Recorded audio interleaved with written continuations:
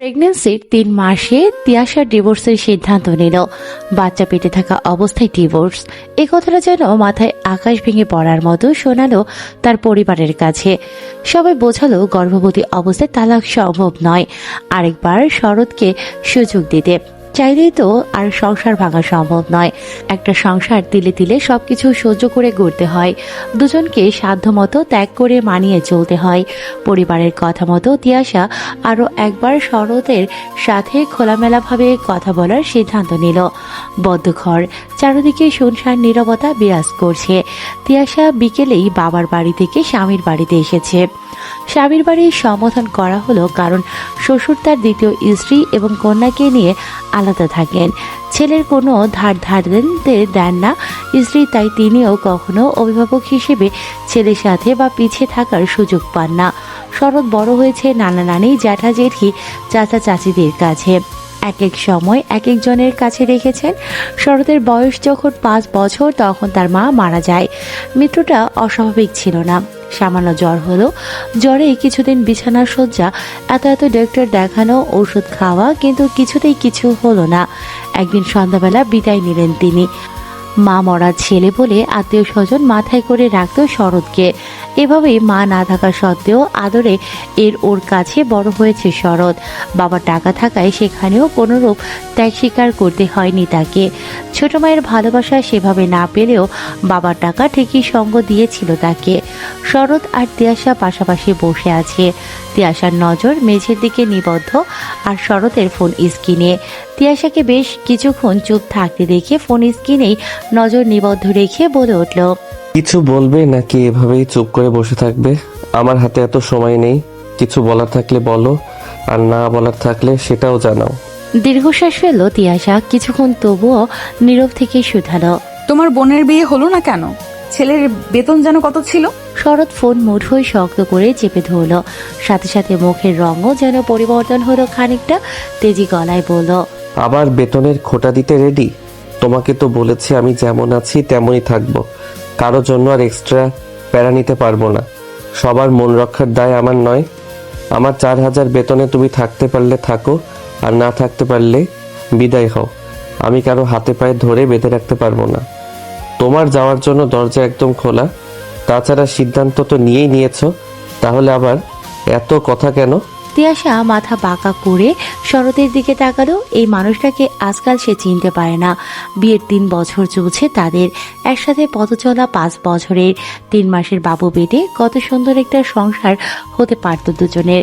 যে সময়ে মানুষের 20-25 হাজার টাকায় সংসার চালাতে হিমশিম খেতে হয়, সেখানে তিয়াশার 4,000 টাকায় সংসার চালাতে দম বেরিয়ে যায়। নিজেও টুকটাক টাকা দেয় সংসারে, টিউশনি করায় সে। বাবার বাড়ি থেকে সাহায্য তো আসতেই থাকে, একমাত্র মেয়ে বলে কথা। বাবার যাই হোক, মেয়ের কষ্ট কিছুতেই দেখতে পারেন না। ছেলের সৎমা মায়ের শাসনে বড় হয়নি। বিয়ের পর মেয়ে তার শাশুড়ির ভালোবাসা পাবে না ইত্যাদি ভেবে তিয়াশার বাড়ির মানুষ প্রথমে বিয়েতে অমত দিলেও তিয়াশার ভালোবাসার কাছে সবাইকে হার মানতে হয়েছিল। বয়স 18তেই কারো জীবনের সাথে জড়িয়ে নিয়েছিল সে নিজেকে। ব্যাস, তারপরে সব শখ বিসর্জন দিতে শুরু করলো নিজ ইচ্ছেতে। শরতের সাথে ভালো থাকতে কত কি না করেছে সে। বিয়ের 3 বছরের 1 বছর বাবার বাড়িতে থেকেছে, দ্বিতীয় বছর থেকে 4,000 টাকায় সংসার চলছে তার। শখ কি সেটা যেন সে ভুলেই বসেছে। বাবা হাত খরচার জন্য টাকা দিলেও সেটা সংসারেই যোগ করতে হয় তাকে। এই মানুষটার সাথে ভালো থাকতে শখ ইচ্ছে বিসর্জন দিয়েছে সে, একটু ভালো থাকার জন্য। শরৎকে অন্য কাজ করতে বলতো তিয়াশা। এভাবে আর সংসার চালানো সম্ভব নয় তার পক্ষে। শরতের সেদিকে ভ্রুক্ষেপও নেই। তার একটাই কথা, সে আর কোনো কাজ করতে পারবে না। প্রয়োজনে ব্যাংকের টাকা রেখে সেটা দিয়ে চলবে। তিয়াশার বারবার মন ভেঙেছে। নীরবতা ভাঙল তিয়াশার। সেই শরতের দিকেই চেয়ে থেকে বলল, তুমি আমার বাড়িতে কথা দিয়েছিলে তুমি আমাকে ভালো রাখবে। যেই মেয়ের চাহিদা বেশি তাকে কিভাবে ভালো রাখবো? আমার পক্ষে সম্ভব না। চাউলটাও আমার বাবা পাঠিয়ে দেয়, বিদ্যুৎ বিল আর বাজারের 4,000 চলে যায়। গ্যাস ফুরিয়ে গেলে চিন্তায় শেষ হতে হয়। বাইরে কখনো পছন্দের কোনো খাবার খেতে পারি না। অনলাইনে বা মার্কেটে কোনো ভালো জামা বা শাড়ি দেখলে মন খারাপ হয়ে যায়। 3 বছর তুমি আমাকে একটা ঈদেও কি ড্রেস দিতে পেরেছো? কোনো শাড়ি, কখনো একটা ফুল এনে ঘটা করে ভালোবাসি বলেছো? তোমার বংশের কোনো অনুষ্ঠান আয়োজনে আমাকে কেউ সম্মানের চোখে দেখেছে? তোমার ছোট মা আমি বাদে সবাইকে নিয়ে কত মজা করে, আমাকে দেখলে মুখ ফিরিয়ে নেয়। এত সব কেন হয়? কারণ তুমি উপার্জন করো না। তোমার বংশের বা আত্মীয় স্বজনের সবাই ভালোভাবে ভালো ভালো জায়গায় অবস্থান করছে, পরিবার নিয়ে ভালো আছে, আর আমি কি? তুমি আমার জীবনটা শেষ করে দিচ্ছ। এখন আমি মানিয়ে নিচ্ছি, দুদিন পর যখন সদস্য আরেকজন বাড়বে তখন কি করব আমি? এত এত সমস্যার সমাধানও খুব সহজ। তুমি তোমার এলাকা থেকে বের হও, ভালো কোনো জব বা কিছু করার চেষ্টা করো, যেন আমাদের সংসারটা ভালোভাবে চলে। আমার পক্ষে সম্ভব নয়। আমি এভাবেই ঘুরে ফিরে খাবো। তোমার থাকার হলে থাকো, আর না থাকার হলে বেরিয়ে যাও। আমার সাথে থাকতে তোমার যেহেতু এতই সমস্যা, তাহলে সমস্যার সমাধান করে ফেলো, চলে যাও। তোমাকে আমার লাগবে না। আমার সাথে যে এভাবে থাকতে পারবে সেই আমার সাথে থাকবে। আমি তোমাকে ছাড়া থাকতে পারি না, কিছু ভাবতে পারি না, এটারই সুযোগ তুমি নাও। সবাই সবাইকে ছাড়া থাকতে পারে। তুমি পারবে? অসম্ভব কিছু না। দমে গেল তিয়াশা। তবে কি তার ভাবনাই সঠিক? শরৎ ভালোবাসা ভুলেছে? যে ছেলেটা একসময় তাকে হারানোর ভয়ে কাঁদতো, সে কিনা এভাবে দূর দূর করছে। ভেতরটা খালি খালি লাগছে তিয়াশার। বারবার দীর্ঘশ্বাস হচ্ছে তার। বুকের বাঁ পাশে খসখসানিটা বেঁধেছে, চোখের পানি বাধা মানছে না। পাশে বসা মানুষটাকে আজ এত অচেনা কেন লাগছে তার? এই মানুষটাকেই কি সে ভালোবেসে বিয়ে করেছিল? বিশ্বাস করতে কষ্ট হচ্ছে তার। মনে হচ্ছে এটা স্বপ্ন হোক, কেউ তাকে ঘুম থেকে ডেকে তুলুক। তিয়াশা হাতের উল্টো পাশ দিয়ে চোখটা মুছে নিল, নিচু গলায় বলল, আমি তোমাকে ভালোবাসি শরৎ, একটু তো আমাকে বোঝো। ভালোবাসি বলে এত অভাব, এত অসম্মানে রাখবে? একটু ভালো রাখো আমায়। আমিও তোমার সাথে কিছু না কিছু করছি, করার চেষ্টা করছি। বন্ধুদের সাথে বের হতে হবে আমার কথা মতো। এভাবে থাকতে পারলে থাকো, নইলে ওই যে তোমার জন্য গুছিয়ে রাখা ব্যাগ, ওটা নিয়ে একটু তাড়াতাড়ি বের হও। আমার তাড়াতাড়ি বের হতে হবে, ওরা বারবার কল করছে। তিয়াশা শরতের দিকে তাকালো। শরতের বাম হাত নিজের হাতের মুঠোয় নিয়ে নিজের গালে ঠেকালো। চোখের পানি শরতের হাত স্পর্শ করলো, তাতেও কোনো ভ্রুক্ষেপ নেই। তিয়াশা আলতো করে শরতের হাতে চুমু খেলো, কাঁদতে কাঁদতে বলল, আমাকে ছাড়া ভালো থেকো শরৎ, খুব ভালো থেকো। তুমি সব সময় আমার দোয়ায় থাকবে, তুমি আমার ভালোবাসায় ছিলে থাকবে। শুধু আমি আর তোমার সাথে থাকতে পারবো না, তুমি আমাকে রাখলে না। ভালোবাসা? তিয়াশা আর কিছু বলল না। শরতের হাত ছেড়ে উঠে দাঁড়ালো, চোখের পানি মুছে বলল, 20,000 টাকা ছেলের বেতন বলে বোনকে বিয়ে দিলে না, আর বউকে 4,000 টাকায় কিভাবে রাখতে চাও? আমিও তো মানুষ, আমারও তো সকালাত আছে, আমারও ভালো থাকতে ইচ্ছে করে। 3 মাসের বাচ্চা পেটে নিয়ে স্বামীর ঘর ছাড়তে বাধ্য হলো তিয়াশা। বাসা থেকে এক কাপড়ে বের হয়েছে সে। যদিও শরৎ শেষ উপকারটা করতে আলমারিতে তার যেটুকু টুকটাক জামা কাপড় ছিল সেগুলো ব্যাগে উঠিয়ে রেখেছিল আগেই, কিন্তু তিয়াশা সেগুলো নেয়নি। বাসা থেকে বের হওয়ার সাথে সাথে শরৎ দরজা লক করে তিয়াশার আগে আগে বেরিয়ে গিয়েছে। শরৎ বেরিয়ে যেতেই সিঁড়িতে বসে পড়ল তিয়াশা। হাঁটুতে মাথা রেখে অঝরে বিনা বাধায় কাঁদলো অনেকটা সময়। এই মানুষটার সাথে কাটানো সুন্দর সুন্দর মুহূর্ত মনে পড়তেই দম বন্ধ হয়ে আসা শুরু করলো। মন যেন মস্তিষ্ককে শুধালো। যাকে ছাড়া একটা দিন বাবার বাড়িতে থাকতে পারিস না, তাকে ছাড়া সারা জীবন পার করার সিদ্ধান্ত কিভাবে নিতে পারছিস? তাকে ছাড়া থাকতে পারবি? ব্যক্তিগত পুরুষের বুকে অন্য কারোর মাথা সহ্য করতে পারবি? সে যদি অন্য কাউকে বিয়ে করে এই বাড়িতে নিয়ে আসবে, তোর ঘর বিছানা বর সবই সেই মেয়ের হবে। কারণ কারণে অকারণে তোর বরকে কেউ স্পর্শ করবে, আষ্টেপৃষ্ঠে জড়িয়ে রাখবে। তোর বর তোকে যেইভাবে যত্ন করতো ওইভাবে অন্য কাউকে যত্ন করবে। কখনো হঠাৎ দুজন একসাথে তোর সামনে পড়ে গেলে সহ্য করতে পারবি? তুই মরে যাবি না? আর ভাবতে পারছে না তিয়াশা। শরীরটা বড্ড খারাপ লাগছে। যে মানুষটা তাকে ভারী কাজ করতে দিত না, পিরিয়ডের ব্যথায় তার সাথে সেও কাঁদো কাঁদো হয়ে থাকতো। সে সময় রান্নাটা সে করত, মুখে তুলে খাইয়ে দিত, একা কোথাও যেতে দিত না। বাসা থেকে বাহিরে থাকলে মেসেজের উপর মেসেজ করত। সে মানুষটা এত বদলে যেতে পারে কিভাবে? এত এত ভালোবাসার সাথে কি একটু ভালো রাখার দায়িত্ব সেই মানুষটা নিতে পারতো না?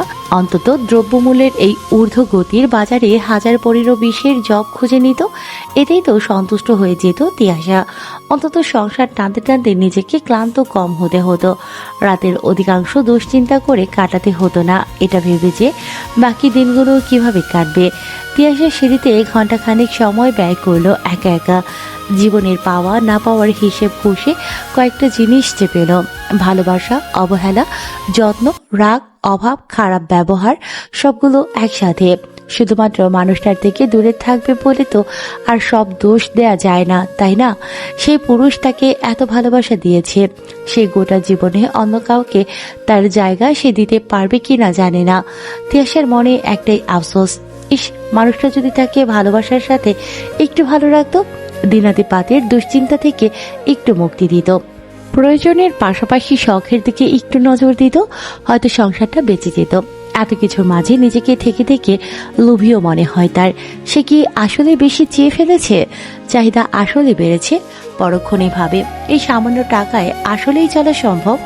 যেখানে একটা মেয়ের ভালো একটা জামা অথবা শাড়ির জন্যই 5,000 টাকা অনেক সময় যথেষ্ট নয়, সেখানে সে পুরো মাস কিভাবে চালাবে? শরৎ তো কোনো কাজও করতে চায় না।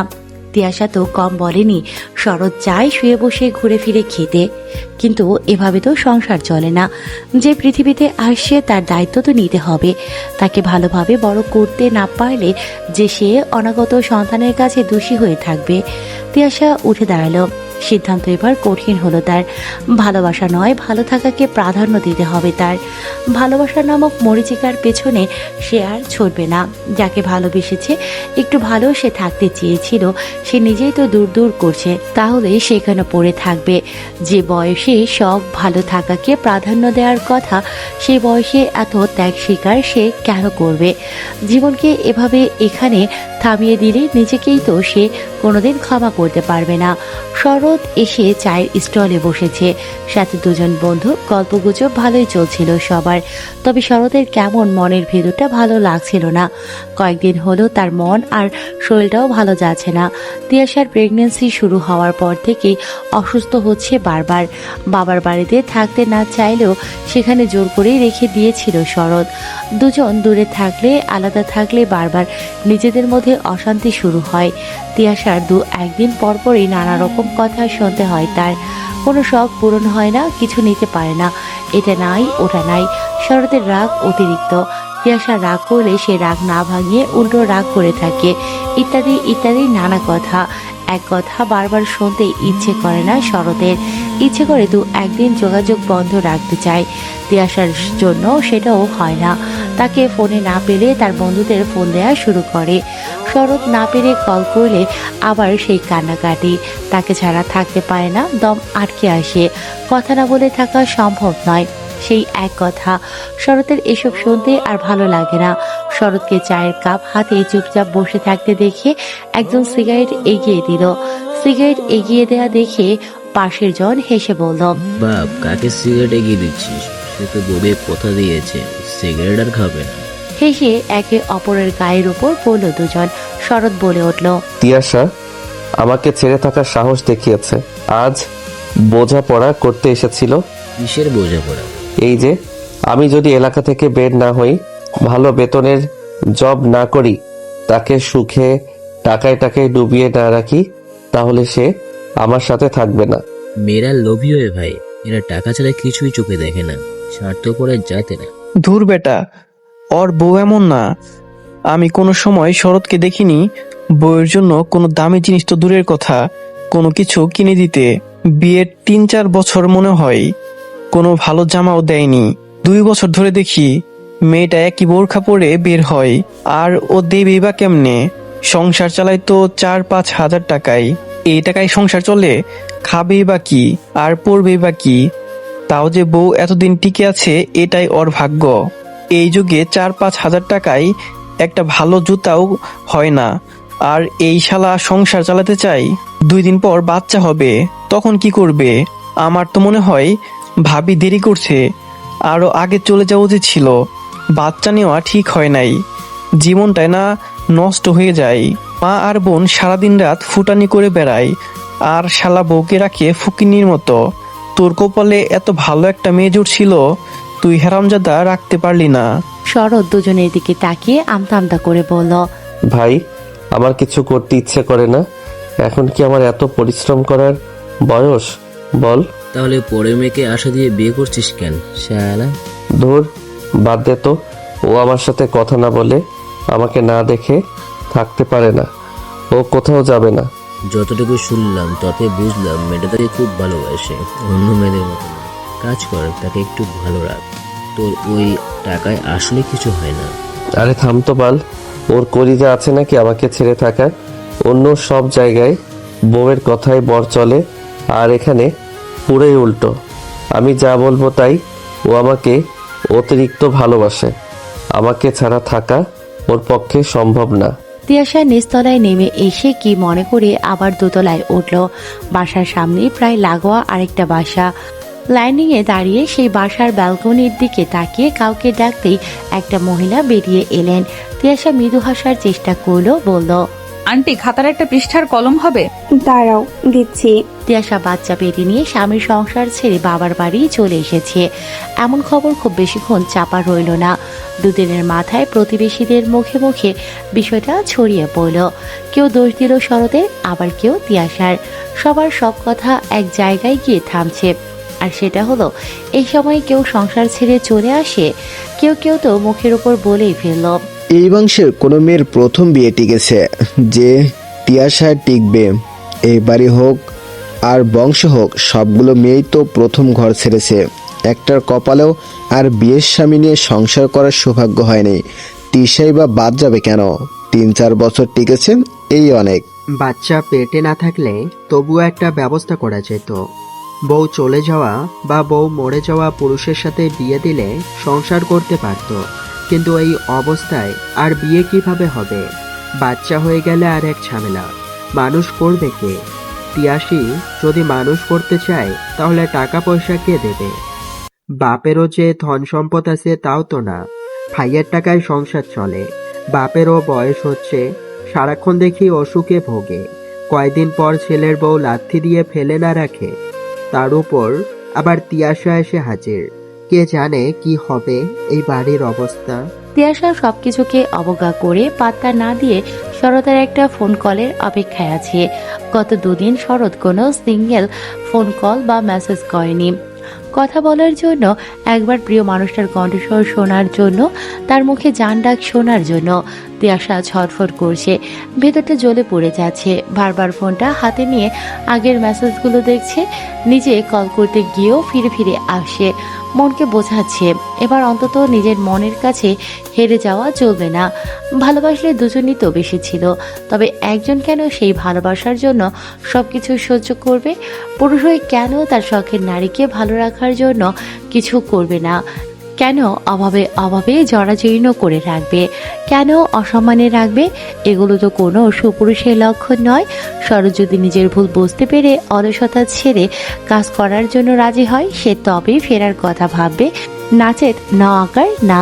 মনকে বুঝিয়ে ফোন রেখে মানুষের মধ্যে গিয়ে একটু বসার চেষ্টা করে সে। একা থাকলে শুধুমাত্র শরৎকে নিয়েই ভাবতে হবে। বাইরে বের হলে তবুও সবার সাথে কথাবার্তায় কিছু সময় কাটবে। তিয়াশা বাড়ি ফেরার পর মা ঠিকঠাক কথাবার্তা বললেও কাছে টেনে নিলেও তিয়াশার বাড়ি ফেরা ভালো চোখে দেখেনি তার ভাইয়ের বউ আলো। একটা বারের জন্য ভালো করে কথা বলেনি সে তিয়াশার সাথে। উল্টো কথাবার্তা আর আচরণে বুঝিয়ে দিয়েছে তিয়াশার এ বাড়িতে এভাবে আসা থাকার সিদ্ধান্ত নেওয়া উচিত হয়নি। এই তো সকালে রান্নার কাজে আলোকে হাতে হাতে একটু সাহায্য করতে গিয়েছিল তিয়াশা। যদিও তার এখন ভারী কাজ করা নিষেধ, তবুও ভেবেছিল হালকা কাজগুলো সে করে দেবে। আলো ইচ্ছে করে বলে বসলো, তোমার ভাই রাতে চাউলের বস্তা নিয়ে এসেছে, ছোট বস্তাটা একটু রান্নাঘরে এনে রাখো, পারবে তো নাকি? চলো না হয় আমি ধরি সাথে। তিয়াশা কিছুক্ষণ চুপ রইল। একটা দীর্ঘশ্বাস ফেলে পেটে আলতো স্পর্শে হাত বুলিয়ে আলোর দিকে ফিরে বলল, চলুন। তিয়াশা চাউলের বস্তার এক পাশ ধরতেই বুঝতে পারলো আলো ইচ্ছে করে তার দিকে ভর বেশি রেখেছে। সে তবুও হাসি মুখে কাজে মন দিল। মেয়েকে ভারী বস্তা তুলতে দেখে মা কুলসুম বেগম দৌড়ে এলেন। হাত থেকে বস্তা ছাড়িয়ে নিজের কোমরে তুলে নিয়ে বলে উঠলেন, সংসার তো শেষ হলো, এখন কি নিজের জীবনটাও শেষ করতে চাইছিস? হতচ্ছাড়ি, তোকে না নিষেধ করেছি ভারী কোনো কাজ করবি না? আমার কথা কি একটুও শুনবি না তুই? বাড়ির একটা মানুষ আমার কথা শোনে না বলে কি তুইও সবার সাথে পাল্লা দিবি? মানুষ মনে হয় না মাকে? কুলসুম বেগম বস্তা রান্নাঘরে রেখে বেরিয়ে এসে আলোকে উদ্দেশ্য করে বললেন, আমি কি সংসারে কম কাজ করি? আমার মেয়েকে দিয়ে এত ভারী কাজ করাচ্ছ কেন তুমি? আপনার মেয়ে বেড়াতে তো আসে নাই যে তাকে বসিয়ে বসিয়ে ভালো মন্দ খাওয়াতে হবে। যে সংসার ছেড়ে একেবারে চলে এসেছে, শুয়ে বসে তো আর খেতে পারবে না, বাড়ির কাজ করেই খেতে হবে। আমি ভাবিকে বলেছিলাম তুমি শুধু শুধু রাগ করছো। আর সত্যিই তো, আমি তো এখানে শুয়ে বসে খেতে আসিনি। কখনো বসে বসে খেতে হবে এমন ভাবনাও ছিল না। মেয়ে হয়ে জন্মেছি, কাজ তো করতেই হবে। তিয়াশার কথায় মুখ বাঁকিয়ে রান্নাঘরের দিকে চলে গেল আলো। কুলসুম বেগম মেয়ের দিকে এগিয়ে এসে মাথায় হাত রেখে বললেন, ভালো মানুষদের কপালেই কেন এত কষ্ট রে মা? ছোটবেলা থেকে নিজের বাবার কাছে বা আমার কাছে কখনো জিদ করে কিচ্ছু চাসনি নিসনি। স্বামীর ঘরেও সেরকম। কখনো নিজের কোনো শখ পূরণ করতে দেখলাম না। সংসার করে গেলি, তবুও কি এমন হতে হয়? যার চাহিদা যত কম সে পায়ও তত কম। ছোটবেলা থেকে যদি জোর করে এটা ওটা নেওয়ার আর পাওয়ার অভ্যেস থাকতো, তাহলে হয়তো এখনো পাওয়ার খাতায় শূন্য থাকতো না মা। তোর সব কষ্ট আমার হোক মা, আমি আর তোর এই দশা দেখতে পারছি না। শরৎ যদি তোকে একটু বুঝতো। তিয়াশা জোরপূর্বক তার ছেলের হাসি হাসলো। মনে পড়লো বাড়ি ছেড়ে চলে আসার 2 দিন শেষ হয়ে 3 দিন হতে চলল। মানুষটা একবার কল বা মেসেজ দিয়ে খোঁজ নিয়ে জানতে চাইলো না তিয়াশা বাবার বাড়ি ভালো মতো এসেছে কিনা, ভালো আছে কিনা, শরীর ঠিক আছে কিনা। সে কিভাবে তিয়াশাকে আর বুঝবে? সে বিড়বিড় করে বলে উঠল, যদি একটু বুঝতো, একটুখানি বুঝতো। বলতে বলতে অঝরে কেঁদে ফেলল তিয়াশা। রাত 9:30। তিয়াশা নিজের রুমে বসে ফোন ঘাটাঘাটি করছিল। মূলত সে এখনো শরতের একটা মেসেজের অপেক্ষায়, আশায় আছে শরৎ সব ঠিক করে দেবে। কিন্তু সেটা কি আদৌ হওয়ার? যে ছেলে ছোটবেলা থেকে অতি আদরে মানুষ হয়েছে, কখনো কোনো কাজ করতে হয়নি, মুখের সামনে খাবার চলে এসেছে, যখন যা চেয়েছে তাই দিয়েছে বাবা। এমনও দিন গিয়েছে যে একদিন 20-30 হাজার টাকা খরচ করে ফেলেছে। সে কিভাবে পরিশ্রম করবে? শরতের আগে নেশা করার অভ্যাসটাও ছিল। ওসবেই প্রতিদিন হাজার হাজার টাকা উড়িয়েছে। এখন কাজ করে না, টাকা পায় না, ওড়াতে পারে না। এসবের জন্য হয়তো মেজাজ আরও খিটখিটে হয়ে থাকে। তিয়াশা 3 বছরে একটাই আশা বুকে চেপে ভালোবেসে গিয়েছে। হয়তো নেশা ছাড়ার মতো বাকি সব খারাপ কাজ ছেড়ে শরৎ সংসারী হবে। কিন্তু তিয়াশাকে ভুল প্রমাণিত করলো মানুষটা। বুঝিয়ে দিল পুরুষ প্রেমিকার কথা শুনে স্ত্রীর নাম। ফোনটা রেখে খাটে হেলান দিয়ে উপরের দিকে মুখ করে চোখ বন্ধ করে চুপচাপ বসেছিল তিয়াশা। দরজায় শব্দ হতেই সেদিকে তাকালো সে। কুলসুম বেগম দাঁড়িয়ে আছেন। তিয়াশা সোজা হয়ে বসতেই তিনি বললেন, তোর বাবা ডাকছে, সাদ্দামও আছে, একটু আয়। যা বলবে তা শুনবি, কিন্তু সিদ্ধান্ত নিজে নিবি। বলেই কুলসুম বেগম চলে গেলেন। তিয়াশা ভাবতে ব্যস্ত হলো। এই সময়ে বাবা ভাই একসাথে তাকে ডেকে পাঠিয়েছে কেন? কি নিয়ে কথা বলবে? মাথা একটা কথা ঘুরপাক খাচ্ছে। বাবা কি তবে আবার ফিরতে বলবে? মেয়ের সংসার ভাঙছে এমন আশঙ্কায় আবার সবকিছু মেনে ধৈর্য ধরে ওখানে থাকতে বলবে? তিয়াশার চাচাতো বোন 3টার প্রথম বিয়ে টিকেনি। তারা এখন দ্বিতীয় বিয়ের পর সংসার করছে। ফুফুতো বোন 2 একজনেরও একই অবস্থা। সবকিছু সহ্য করে 3 বছর মাটি কামড়ে থাকা শরতের সাথে আজীবন থাকার ইচ্ছের পিছনে তিয়াশার 2টা কারণ। 1, শরতের প্রতি সীমাহীন ভালোবাসা। 2, চাচাতো ফুফাতো বোনদের মতো নিজের নামের পূর্বে ডিভোর্সি শব্দটা যুক্ত করার অনিচ্ছা। বাবা আর ভাই রাতে তিয়াশাকে ডাকার কিছুক্ষণের মধ্যেই সে তাদের সামনে এসে দাঁড়ালো। বাবা আকাশ আলী মাত্রই একটা সিগারেট নিয়েছেন। তিয়াশা এসে সেটা দেখেই বলে উঠল, শরীরের অবস্থা ভালো না, কতবার এসব খেতে নিষেধ করেছি, তবুও কেন খাচ্ছেন বাবা? জীবনের প্রতি কি একটুও মায়া নেই? আকাশ আলী সিগারেট নিভিয়ে পাশে রাখলেন। হাত টান করে মেয়েকে ইশারায় নিজের কাছে ডেকে বসিয়ে বললেন, আর খাবো না, তুই ভাত খেয়েছিস? হ্যাঁ খেয়েছি। শরৎ কি আর কল দিয়েছিল? তিয়াশার মুখটায় আমাবস্যার রাতের মতো অন্ধকার নামলো যেন। মাথা নিচু করে বলল, না। আমি কল করেছিলাম, সে আসছে কিছুক্ষণের মধ্যে। তিয়াশা রুমে উপস্থিত সবার মুখের দিকে একবার করে চাইলো, তারপর শুধালো, কেন? একটা জবের খোঁজ পেয়েছি বিদ্যুৎ অফিসে। বেতন প্রথম দিকে 13-14 হাজার হতে পারে। শরৎ যদি করতে রাজি হয় তাহলে আমি কথা বলবো। তোর কোনো আপত্তি আছে? না, আমার কোনো আপত্তি নেই। ও কিছু একটা করুক, শুধু এই 4,000 টাকায় আমি থাকতে পারছি না ভাইয়া। আমি সারা দিন রাত চিন্তা করতে হয়, আগামীকাল কি করব, কিভাবে চলবো। এত এত দুশ্চিন্তায় আমার হয়তো হার্টের সমস্যা দেখা দিয়েছে। আমি আর এভাবে থাকতে পারছি না। ও যদি আমাকে ভালো রাখার দায়িত্ব না নেয় তাহলে আমি আর ওর সাথে থাকবো না। আমি আর পারছি না। পারতে হবে না আর থাকতেও হবে না। কাউকে হাত পা ধরে থেকে যেতে বলিনি আমি। শরতের গলার স্বর আর উক্ত কথাটি শুনে দরজার দিকে তাকালো সবাই। তিয়াশার মুখটা বড্ড অসহায় দেখালো। এই মানুষটা এখনো সেই একই কথা বলছে, একটুও চিন্তাভাবনার পরিবর্তন হয়নি। তার সাথে কেন এমন করছে শরৎ? আকাশ আলী শরৎকে বুঝিয়ে বসালেন। সাদ্দাম নতুন একটা জবের কথা জানালে শরৎ মুখের উপর না জানিয়ে দিল তার কথা। এখন অন্তত সে কিছু করতে পারবে না। আগামী বছর থেকে ব্যবসা করার চিন্তা ভাবনা করছে। বন্ধুর সাথে ব্যবসা করতে চাই সে।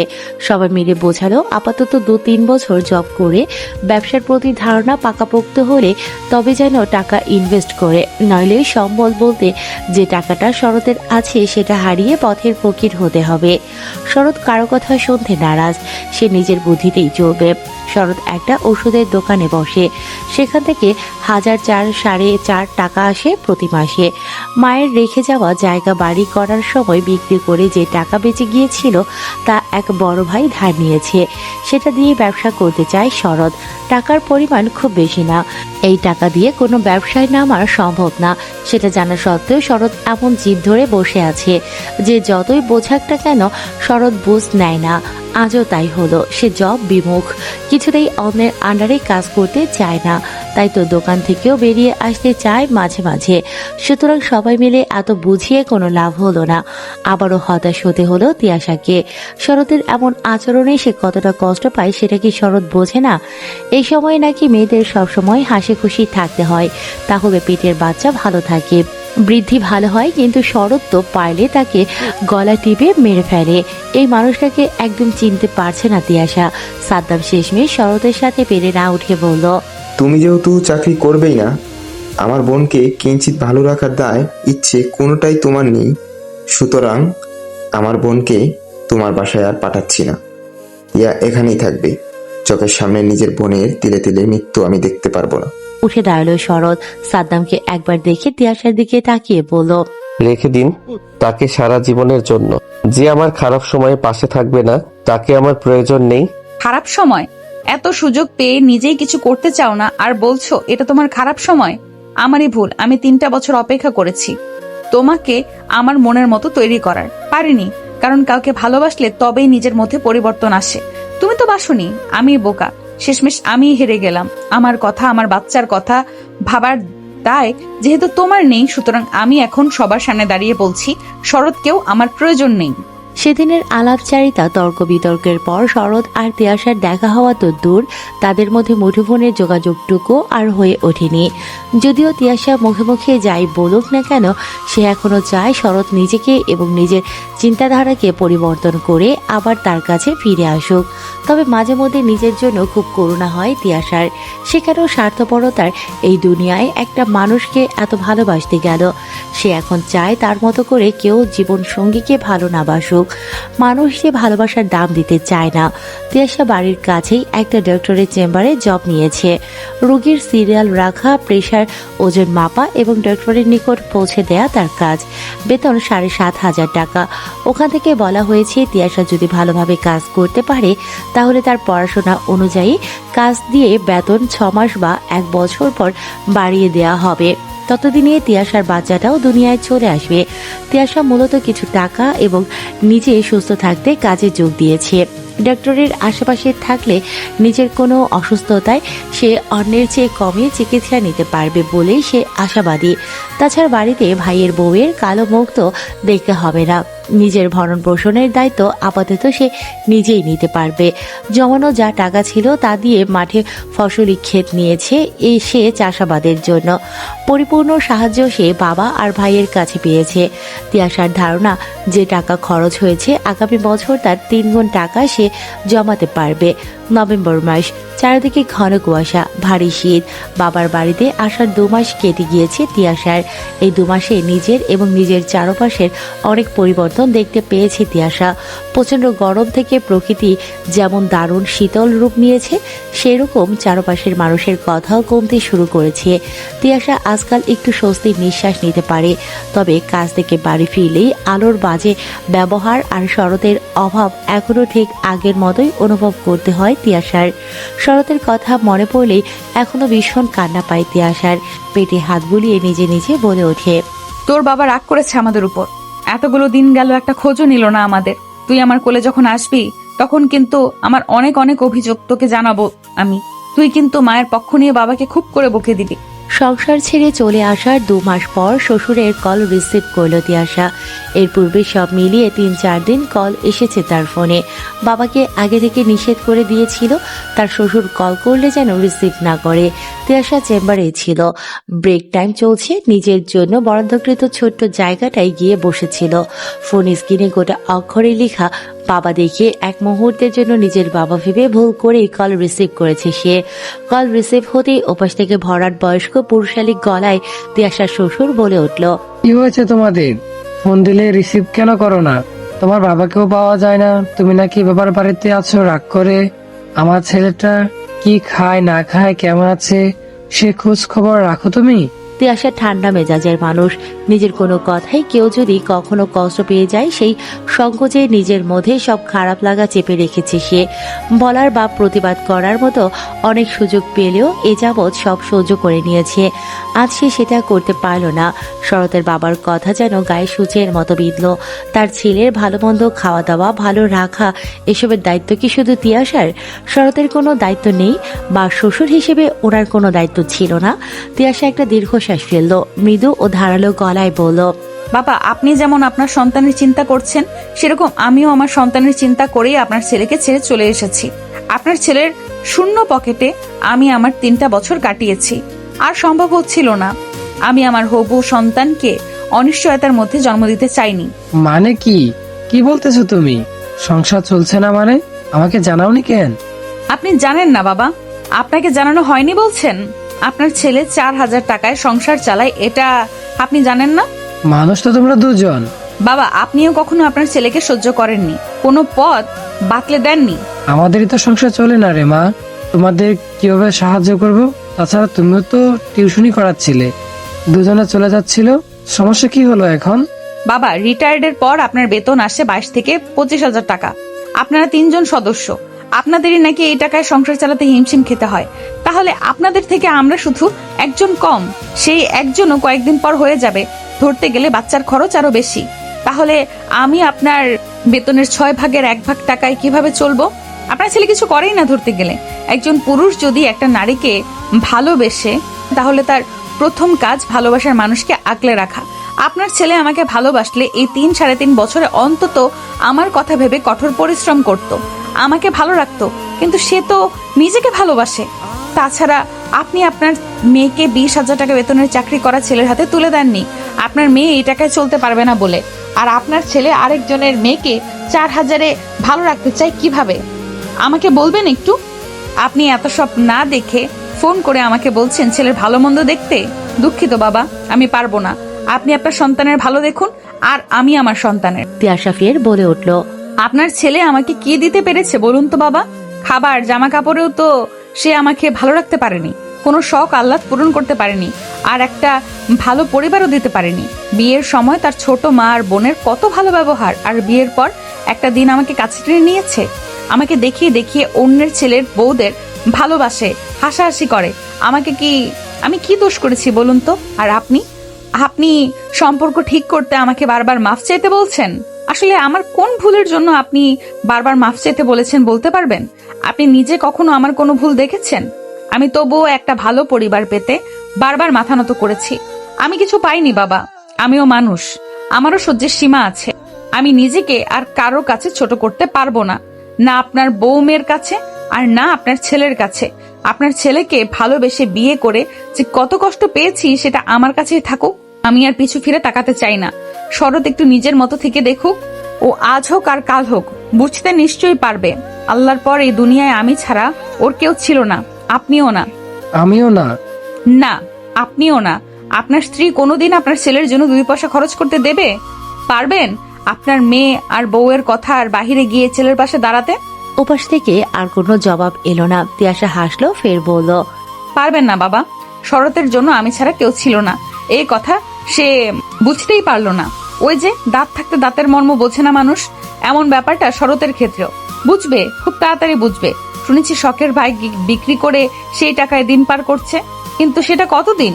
বাইক, জমানো টাকা, বাড়ি, এগুলো যদি বিক্রি করে তবে কতদিন চলবে আপনার ছেলে? তারপর কেঁদে কোনো রাস্তা দেখবে না। এইসব তার সাথে হোক, এটা আমি চাই না। আমি চাইও ও ইনকাম করুক, পরিশ্রম করুক, কিন্তু আমার মতো স্বস্তির জায়গা তার না হোক। প্রতিটা মিনিট, প্রতি সেকেন্ড ওকে বুঝিয়ে দেবে তিয়াশা একজনই ছিল, একজনই। তিয়াশা নিজে থেকে ফোনটা কাটলো। হয়তো অসভ্যতার পরিচয় পেল কিছুটা, কিন্তু এতে এখন তার যায় আসে না। আজকাল মানুষের কথা আর ব্যবহার সহ্য করতে করতে আর চুপ থাকতে ইচ্ছে করে না। এজন্যই আলোর সাথে আগে ঝামেলা না হলেও এখন টুকটাক হয়। তিয়াশা আলোর একটা কথাও আর ছেড়ে দেয় না। মানুষ কষ্ট পেতে পেতে পাথর হয়, তিয়াশা হয়ে উঠেছে যেন অগ্নি। আজ তিয়াশার জবের আরো 1 মাস পূর্ণ হলো। যাকে ছাড়া তিয়াশার একটা দিন চলতো না, তাকে ছাড়া এখন তিয়াশা দিন, সপ্তাহ, এমনকি মাসও পেরিয়ে যাচ্ছে। তিয়াশা নিজেই কিছুদিন আগে শরৎকে অনলাইনের সব জায়গায় কালো তালিকায় ফেলে রেখেছে। সব রকম যোগাযোগের মাধ্যমে দরজা আটকে দিয়েছে। সে এখন চায় শরৎ অনুভব করুক তার মতো করে। জীবন একা কাটানো সহজ নয়, তবে শরৎ সেটা পারলে তিয়াশাও পারবে। কিছুদিন পূর্ব অবধিও সে ভাবত শরৎ একবার শুধু তাকে ফোন করে বলুক, সে সব রকম খারাপ সঙ্গ ত্যাগ করে শুধুমাত্র তিয়াশা এবং অনাগত সন্তানের কথা ভেবে পরিশ্রম করে উপার্জন করবে। শরতের কল্পনা বা বাস্তব সবটা জুড়ে শুধু তিয়াশা আর অনাগত সন্তান। কিন্তু পরক্ষণে ভেবেছে এমনও হতে পারে শরৎ ভুলিয়ে ভালিয়ে তাকে ফিরিয়ে নিল, কিন্তু আগের মতোই রয়ে গেল। তাহলে তখন তো আরো কষ্ট বেড়ে যাবে তিয়াশার। তিয়াশা এখন নিজ থেকেই দূরত্ব চায়।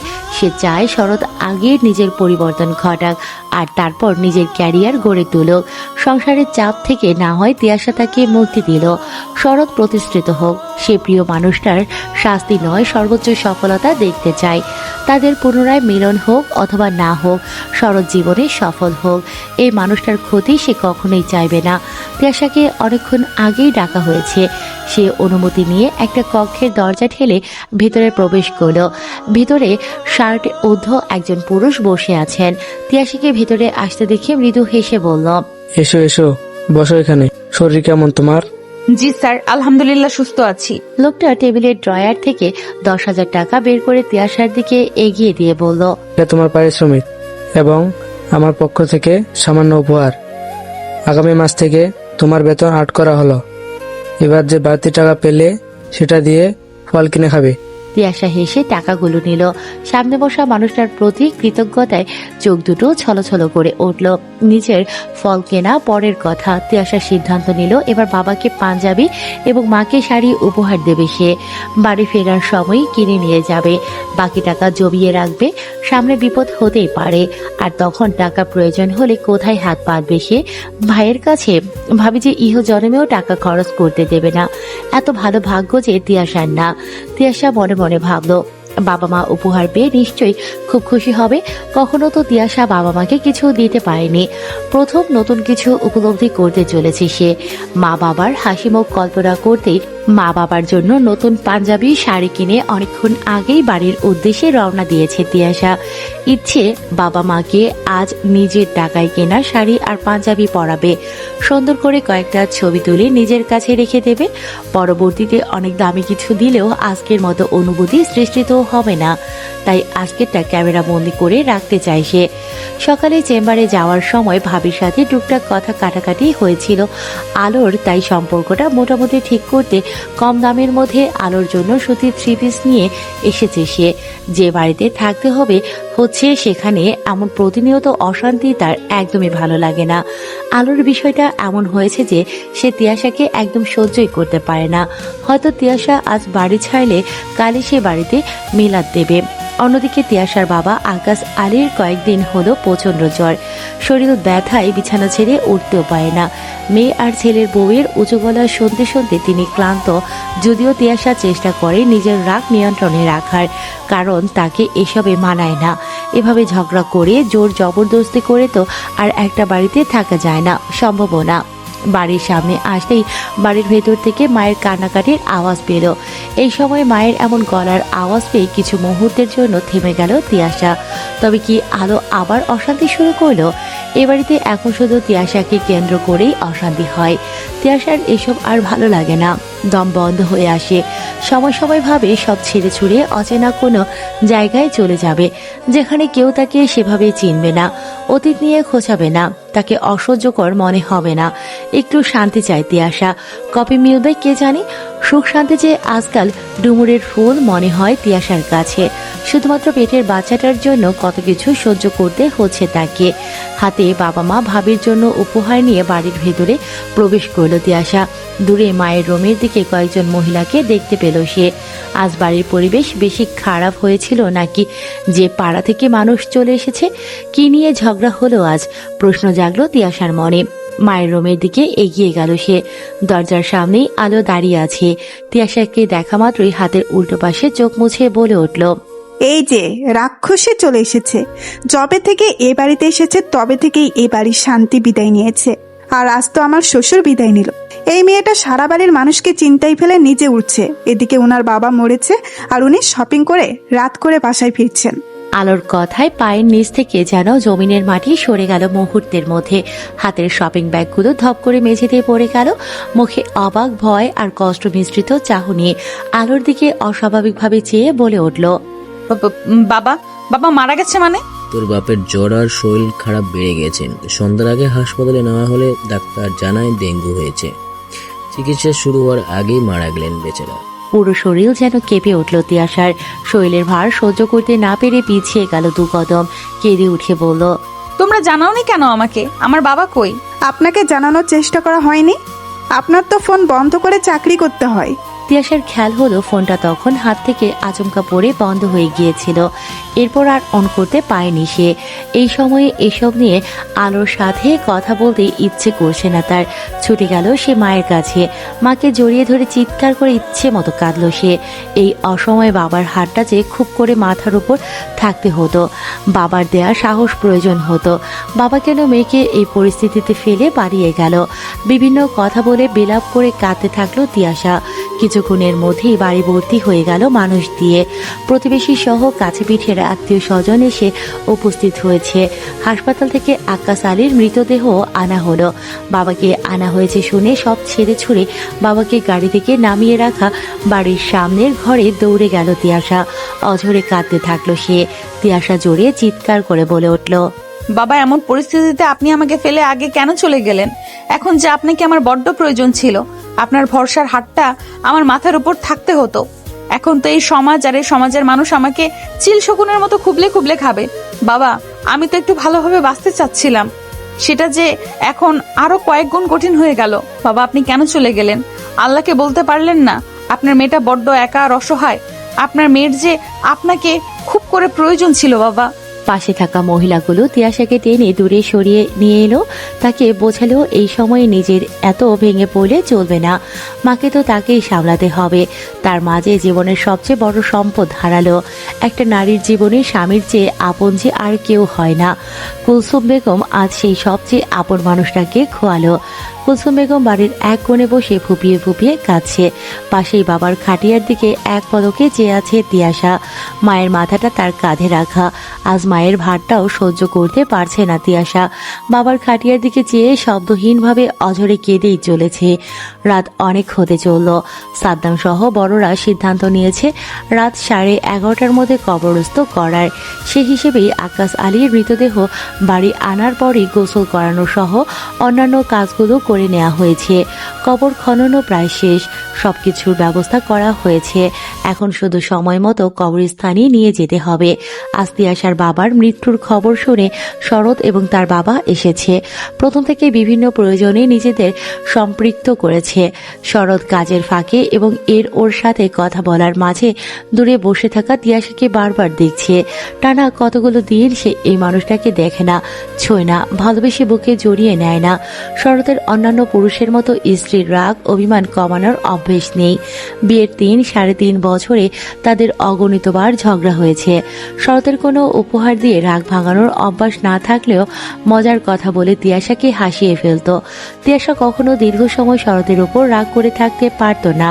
তাদের রাগারাগি কখনো দীর্ঘ সময় ধরে চলেনি, কিন্তু শরতের ব্যবহারে কখনো কখনো ভিন্নতা দেখা দিয়েছে।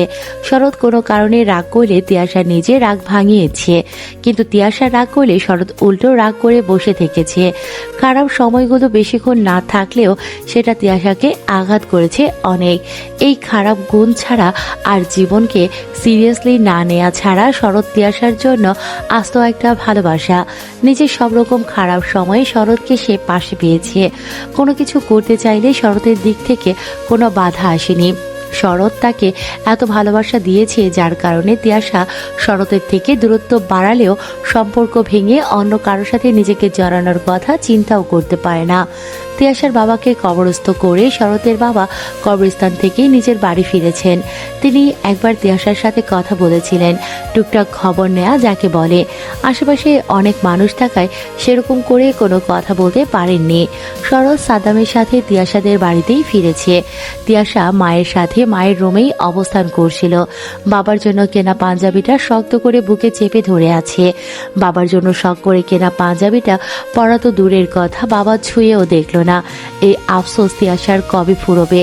নিজের উপার্জনে কেনা পাঞ্জাবিতে বাবাকে একবার দেখে চক্ষু শীতল করার ভাগ্য তার হলো না। পাঞ্জাবি পরে বাবা খুশিতে তার সামনে এসে বলল না, দেখ মা, পাঞ্জাবিটা কি সুন্দর।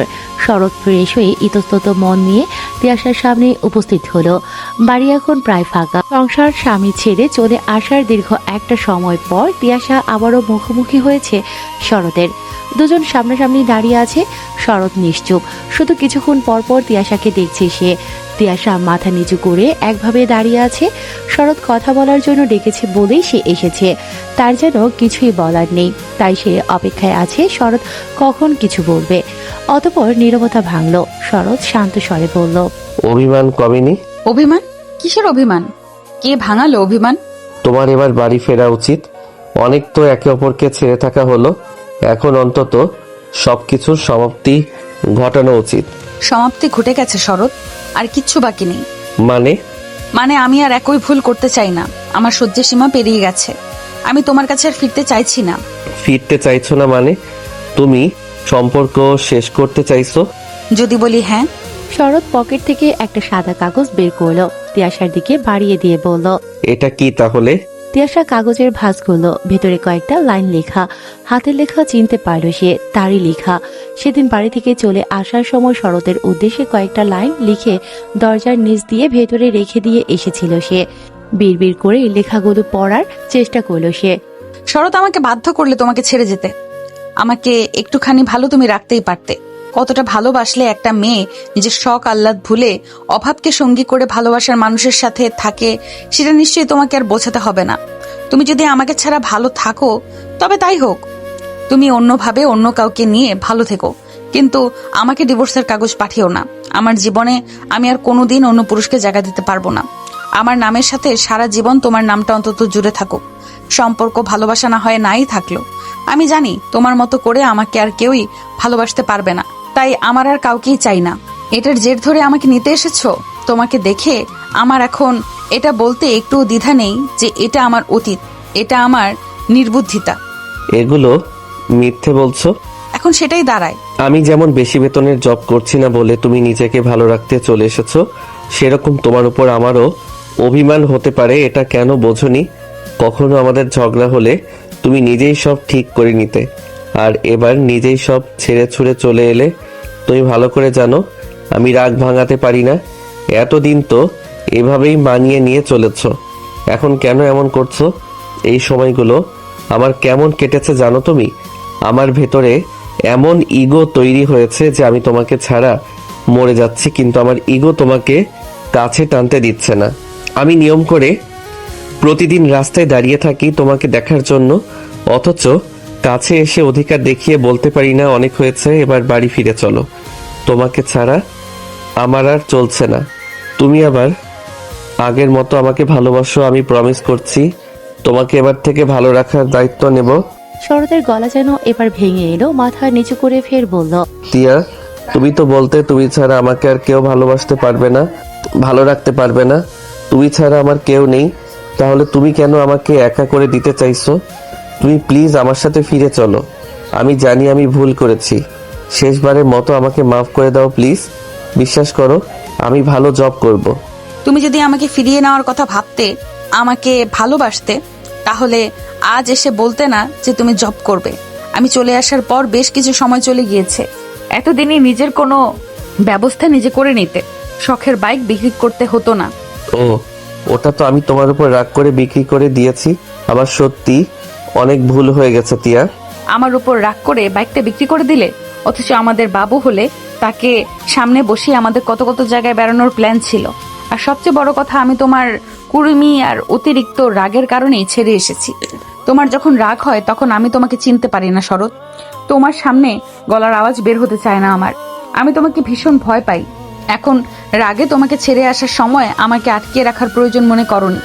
বাইক বিক্রি করেছ আর পরবর্তীতে বাড়ি বা টাকা শেষ করবে না তার কি গ্যারান্টি আছে? আমি চলে এসেছি শরৎ, আবার সেই অনিশ্চয়তার মধ্যে ফিরে যেতে চাই না। একদম বাতিলের খাতায় ফেলে দিচ্ছ তাহলে আমায়? অন্য কারোর সাথে ভালো থাকতে পারবে আমাকে ভুলে? এতদিন ভাবতাম তুমি আমাকে এত ভালোবেসেছো যার দরুন আমি অন্য কোনো পুরুষকে হৃদয়ে স্থান দিতে পারবো না। তবে আজ মনে হচ্ছে তোমার দেওয়া ভালোবাসা নামক আতঙ্কে আমি এতই জর্জরিত যে অন্য কোনো পুরুষকে ভালোবাসার সাহস আমি করতে পারবো না। বড় মা সবসময় বলতো আমার স্বভাব খারাপ, এমন থাকলে আমি কাউকে নিজের করে রাখতে পারবো না। কেউ আমার এই আচরণের পাশে সারা জীবন থাকবে না। তবুও আমি নিজেকে বদলাতে পারিনি। আজ বড় মার কথা সত্যি হতে চলেছে। আমার ভালোবাসার মানুষ আমাকে আজ ছাড়তে প্রস্তুত। সে আমাকে আর ভালোবাসে না। তিয়াশা কিছুক্ষণ চুপ রইল। শরৎ নিজেও চুপ, তবে নজর তিয়াশার উপরে। মানুষের অনেক পরিবর্তন হয়েছে, শরীরের ওজন বেড়েছে, পেটে তাদের সন্তানের উপস্থিতি জানান দিয়েছে। তিয়াশার মাঝে কেমন মা মা ভাবও চলে এসেছে। পরনের পোশাকের পরিবর্তন হয়েছে। মানুষটাকে একবার জড়িয়ে ধরতে বড্ড ইচ্ছে করছে শরতের। প্রয়োজনে তার পা ধরে মাপ চেয়ে হলেও তাকে নিজের কাছে ফিরিয়ে নিয়ে যেতে মনটা আনচান করছে, বলতে ইচ্ছে করছে। টিয়া ফিরে চলো। এই বুকে অনেক দিন তুমি মাথা রেখে ঘুমাও না, অনেক অনেক গল্প করো না। আমি বাড়িতে গেলে কেউ দরজা খুলে মুচকি হাসে না। আমি 3 বছর ভুল করার শাস্তি 3 মাসে পেয়ে গেছি। তোমাকে ছাড়া আমার যে আর সত্যি চলছে না। তুমি যেমন আমাকে ছাড়া থাকতে পারতে না, এখন আমি তোমাকে ছাড়া থাকতে পারছি না। কিছু বলতে পারল না শরৎ। পূর্বের মতোই মৌন রইল সে। তিয়াশা রুষ্টভাবেই বলল, আমি বুঝি না যে তুমি ঢাকায় পড়াশোনাকালীন নাকি কোন কোন দিন বাবার থেকে টাকা নিয়ে দিনে 20-30 এমনকি 40,000 টাকা খরচ করতে, আর সেই তুমি 40,000 টাকার 4,000 টাকায় কিভাবে চলতে পারো? তুমি তো আমার পরিবর্তন চেয়েছিলে। এই পরিবর্তন অন্তত তোমার না হতো তাহলে হয়তো টাকা খরচ করার জন্য হলেও অনেক অনেক উপার্জন করার ইচ্ছে শক্তি তোমার মাঝে আসতো, আর আমিও একটু ভালো থাকতাম। তোমার বাবার যখন জব ছিল, মাসে মোটা অঙ্কের টাকা আসতো, তখন তুমি পড়াশোনা করতে আর ইচ্ছে মতো উড়াতে। এখন তোমার বাবা রিটায়ার্ড পার্সন, তুমি নিজেও বিয়ে করেছো, তোমার কাঁধে সংসারের দায়িত্ব ছিল। 3টে বছর পেরিয়েছে ভালোবাসা প্রমাণ করার, সেটা তুমি পারোনি। তুমি আমাকে 2-3 মাস আগেও ভুলিয়ে ভালিয়ে তোমার কাছে নিয়ে যেতে পারতে, বলতে পারতে তুমি এখন থেকে চেষ্টা করবে, তুমি সেটা করোনি। এই সময়টায় তিয়াশা নামের মেয়েটা অনেক পরিবর্তন হয়েছে। সে এখন ভালোবাসা নয়, ভালো থাকতে চায়। মেয়েটা বড্ড স্বার্থপর হয়েছে। সে এখন শুধু নিজের অনাগত সন্তান আর ক্যারিয়ার নিয়ে ভাবছে। তার এখন অনেক টাকার প্রয়োজন, ঠিক তত টাকা যত টাকা হলে নারী হয়েও কারোর উপর নির্ভর করতে হবে না। যখন যে খাবার দেখব সেটা এক তুড়িতে নিজের খাবার করে সামনে আনতে পারবো। যখন যে খাবার পছন্দ হবে এক নিমেষেই সেটা গায়ে তুলতে পারবো। আমার মনে হয় তুমি সেটা আমাকে দিতে পারবে না। আমি নিজেই নিজের দায়িত্ব নিয়েছি নিজেকে ভালো রাখার, তোমাকে ছাড়া ভালো থাকবো। তিয়াশার সেই নরম মনটা আর নেই। সে বুঝে গেছে যে পুরুষ তাকে ছাড়া 2-3 মাসের বেশি থাকতে পেরেছে, সেই পুরুষ তাকে ছাড়া সারা জীবন থাকতে পারবে। তাছাড়া তুমি আমাকে কোনোদিন এক মুহূর্তের জন্য বোঝাওনি যে তুমি আমাকে ছাড়া থাকতে পারবে না। আমি সবসময় বলেছি, বুঝিয়েছি, তুমি কানে তোলনি। এখন আমি সত্যিই তোমাকে ছাড়া ভালো আছি। আমার দুশ্চিন্তায় দিনরাত পার করতে হয় না। শরৎ বিস্মিত চোখে তিয়াশার দিকে তাকালো। এই কয়েকদিনে একটা মানুষ ভালোবাসা ভুলে দুনিয়া এত বেশি চিনে গেল, যার কথা না ভেবে এক মুহূর্ত চলতো না, তাকে বাতিলের খাতায় ছুঁড়ে ফেলে নিজেকে নিয়ে এত বিভোর হলো, সে বিস্ময়ের সাথেই শুধালো। তবে কি তুমি এখন ডিভোর্স চাইছো? আমি আসলে আমাকে আর আমার সন্তানের ভালো থাকা ছাড়া কিছুই চাই না। আমি চাই না আমার মতো আমার সন্তান, সে ছেলে হোক বা মেয়ে হোক, সে আমার মতো অভাব বুঝুক, অভাবে বড় হোক। আমি চাই তার সব শখ আহ্লাদ পূরণ করতে, যেটা তোমার সাথে থাকাকালীন হয়তো সম্ভব হয় না, সম্ভব না। আমি তোমার মাঝে আমাদের ভালো রাখার সেই জিদটা দেখিনি, দেখছিও না। আমি আবার একই সমুদ্রে ডুবে মরতে চাই না, আমি এবার বাঁচার মতো বাঁচতে চাই। টিয়া, ভেবে দেখো একটু, তোমার বাবাও এখন আর বেঁচে নেই। তার সুযোগ নিতে এসেছো? কি ভেবেছিলে বাবা মারা গেছে, মাথার উপরে ছায়াটা সরে গেছে, আর এখন তুমি বললেই তোমার সাথে আবার সেই দমবন্ধকর পরিবেশে ফিরে যাব? সরি শরৎ, আমি চাই তুমি নিজের পরিবর্তন করো। তুমিও বোঝো, কাউকে ভালোবাসলে তাকে ভালো রাখার দায়িত্ব আগে নিতে হয়। আমার তখন ইচ্ছে করে জনে জনে বলতে যে বেকার ছেলের সাথে কেউ মেয়ে বিয়ে দেবেন না। সব মেয়ের বলতে ইচ্ছে করে, প্রেমিক তোমাকে ভালো রাখার দায়িত্ব নিতে না জানা অবধি তাকে বিয়ে করো না। অলস ছেলের থেকে 100 হাত দূরে থাকবে, এরা তোমার জীবন শেষ করে দিবে। তুমি তোমার জন্য এবার বাঁচতে শেখো শরৎ। আমি যেমন শিখেছি, আমি তোমাকে ভালোবাসি, অনেক ভালোবাসি। এটা যেমন সত্যি, সেরকম এটাও সত্যি, আমি ভালো থাকতে চাই। আমি আমাকেও ভালোবাসি। যদি আমাদের দুজনের একসাথে থাকা লেখা থাকে, তবে হয়তো কখনো আমরা এক হব। তবে এখন আমি ফিরবো না আমি। শরৎ আর কিছু বলার সাহস পেল না। গোটা কয়েকদিনের মধ্যে এত পরিবর্তন হওয়া তিয়াশার দিকে নীরব চোখে শুধু চেয়ে রইল। তিয়াশা বাবা মারা যাওয়ার পর মাকে সামলাতে, সংসারটা সামলাতে কয়েকদিন ছুটি নিয়েছে কাজ থেকে, নিজের জায়গায় বসিয়ে দিয়েছে অন্য কাউকে। মা একদম নিশ্চুপ, শান্ত নদীর মতো থাকছে সব সময়। এক পলকে আকাশ আলীর চেয়ারের দিকে চেয়ে থাকে আর কিছুক্ষণ পরপর কেঁদে ওঠে। তিয়াশার নিজেরও শরীরটা ভালো যাচ্ছে না, নড়াচড়ায় প্রচন্ড সমস্যা হচ্ছে ইদানিং। 5 মিনিট একটানা হাঁটতেও পারে না, শরীর অতিরিক্ত দুর্বলের কারণে। এদিকে আলোর ব্যবহার দিনকে দিন খারাপ হচ্ছে। তিয়াশা বেশ বুঝতে পারছে তার এ বাড়িতে থাকার আয়ু শেষ হতে চলেছে। সকালে তিয়াশা নামাজ শেষ করে বসে বসে দোয়া দুরুদ পাঠ করছিল। আলো এসে জানালো তার শরীরটা ভালো লাগছে না। আজকের নাস্তাটা যেন কুলসুম বেগম অথবা তিয়াশা নিজে বানায়। তিয়াশা কোনো কথা বলো না, সে সব সময় চেষ্টা করে সংসারের টুকিটাকি কাজ করার, যতই নিজের বাবার বাড়ি হোক। সংসার তো তার ভাইয়ের, এখানে শুয়ে বসে তো আর খাওয়া যাবে না, উচিত হবে না। আলো চলে যেতেই তিয়াশা পেছন ফিরে মায়ের দিকে তাকালো। রাত থেকে কুলসুম বেগমের গায়ে জ্বর, শরীরের তাপমাত্রা অনেক বেশি। এক রাতেই শরীর যেন অতিরিক্ত দুর্বল হয়ে পড়েছে। মাকে না ডেকে উঠে দাঁড়ালো সে, ধীর পায়ে চলে গেল রান্নাঘরের দিকে। 8টার মধ্যে একা হাতে রুটি, ডিম ভাজি আর আলু ভাজি নাস্তার জন্য তৈরি করে ফেললো। একা হাতে সবকিছু করায় একটু বেশি সময় লাগলো তার। খাবার টেবিলে সবকিছু গুছিয়ে রেখে নিজের রুমে গিয়ে একটু পিঠ টান করার কথা ভাবলো সে। অনেকক্ষণ দাঁড়িয়ে রান্না করায় খুব খারাপ লাগছে তার। নিজের রুমের দিকে পা বাড়াতেই পেছন থেকে আলোর গলা পেল। এই, নাস্তা বানাতে এত সময় লাগলো? এতদিন সংসারটা করেছিলে কিভাবে? তিয়াশা দাঁতে দাঁত চেপে চোখ বন্ধ করে কিছুক্ষণ দাঁড়িয়ে রইল, তারপরই পেছনে ফিরে পড়ল। আপনার ঠিক কি ক্ষতি আমি করেছি বলেন তো ভাবি? না মানে আপনার ভাগের কিছু কেড়ে নিয়েছি আমি? এত চক্ষুশূল কেন আমি আপনার? ভ্রু কুঁচকে ফেলল আলো। তিয়াশার কাছ থেকে এমন জবাব সে মোটেও আশা করেনি। ভেবেছিল অন্যান্য দিনের মতোই চুপচাপ এড়িয়ে যাবে তাকে। আজ তার ভিন্নতা দেখে গা যেন জ্বলে উঠল তার। আলো চেতে উঠে বলল, আমার সংসারে খাচ্ছ, থাকছো, আর আমার মুখের উপর কথা বলছো? সেই সকালে বলেছি নাস্তা করতে, সামান্য এই নাস্তা বানাতে দুপুর হয়ে গেল, আর সেটাও আমি বলতে পারবো না? সত্য কথা বললে গায়ে লাগে, তাই না? আলোর চেঁচামেচিতে সাদ্দাম এবং কুলসুম বেগম বেরিয়ে এলো নিজ নিজ রুম থেকে। সাদ্দাম জানতে চাইল, কি হয়েছে এখানে? তোমার বোনের মুখে বুলি ফুটেছে। এরকম ব্যবহারই হয়তো শরতের সাথে করতো। এই কারণেই শরতুকে ভালো রাখার জন্য চাকরি বাকরি করে নাই। যে মেয়ের ব্যবহার এমন, তার সাথে কে থাকতে চাইবে? শরৎকে বলো ওকে নিয়ে যেতে, বা তোমার বোনকে বলো নিজের ব্যবস্থা নিজে করে নিতে। একই বাড়িতে ওর সাথে আমি কিছুতেই থাকতে পারবো না। তোমার বোন এই বাড়িতে থাকবে, নয়তো আমি। অশান্তিতে আমি কিছুতেই থাকবো না, বলে দিলাম। কি হয়েছে বলতো? তিয়াশা ভাইয়ের মুখের দিকে চেয়ে তার সংসারের কথা ভেবে বলে উঠল, তোর এইসবে আসতে হবে না, এগুলো বাড়ির ভেতরকার ব্যাপার। আমার ভুল হয়েছে, ভুল বলেছি, তাই ভাবি রাগ করেছে, সব ঠিক হয়ে যাবে, তুই এইসব নিয়ে এত ভাবিস না। কুলসুম বেগম দেয়ালে হাত রেখে দাঁড়িয়ে আছে। ঘুমে যেন চোখ জড়িয়ে আসছে তার। কারো কথা যেন ঠিকমতো বুঝতে পারছেন না তিনি, শুধু মুখের দিকে চুপচাপ তাকিয়ে আছে। সাদ্দাম আলোকে উদ্দেশ্য করে বলল, আমি অন্ধ বা বয়রা নই, আমি চোখেও দেখি আর কানেও শুনি। আমার বোন শখে এখানে এসে পরে ভয় রয়নি, বিপদে এখন সে। আমি তার আপন বড় ভাই, বাবা চলে গেছে, এখন আমি ওর অভিভাবক। আমার বোনের এখন একটা বয়স সময় কাটছে, এই সময় আমার মা নিজেই তোমাকে কাজ করতে দেয়নি, আর তুমি তার মেয়েকে দিয়ে কাজ করাতে উঠে পড়ে লেগেছ। এই অবস্থায় বাড়ি ছেড়ে চলে যেতে বলছো? তুমি আসল কি? ওকে এভাবে হেনস্থা করা আর বাড়ি থেকে বের করে দেওয়ার তুমি কি? তুমি কি এখন তোমার এই ঘর ভাঙনি বোনের সামনে আমাকে অপমান করবে? মাইন্ড ওর ল্যাঙ্গুয়েজ। আলো, তুমি আমার বোনকে অপমান করে কথা বললে, আর সামনে আমি তোমাকে অপমান করতে কেন ভাববো?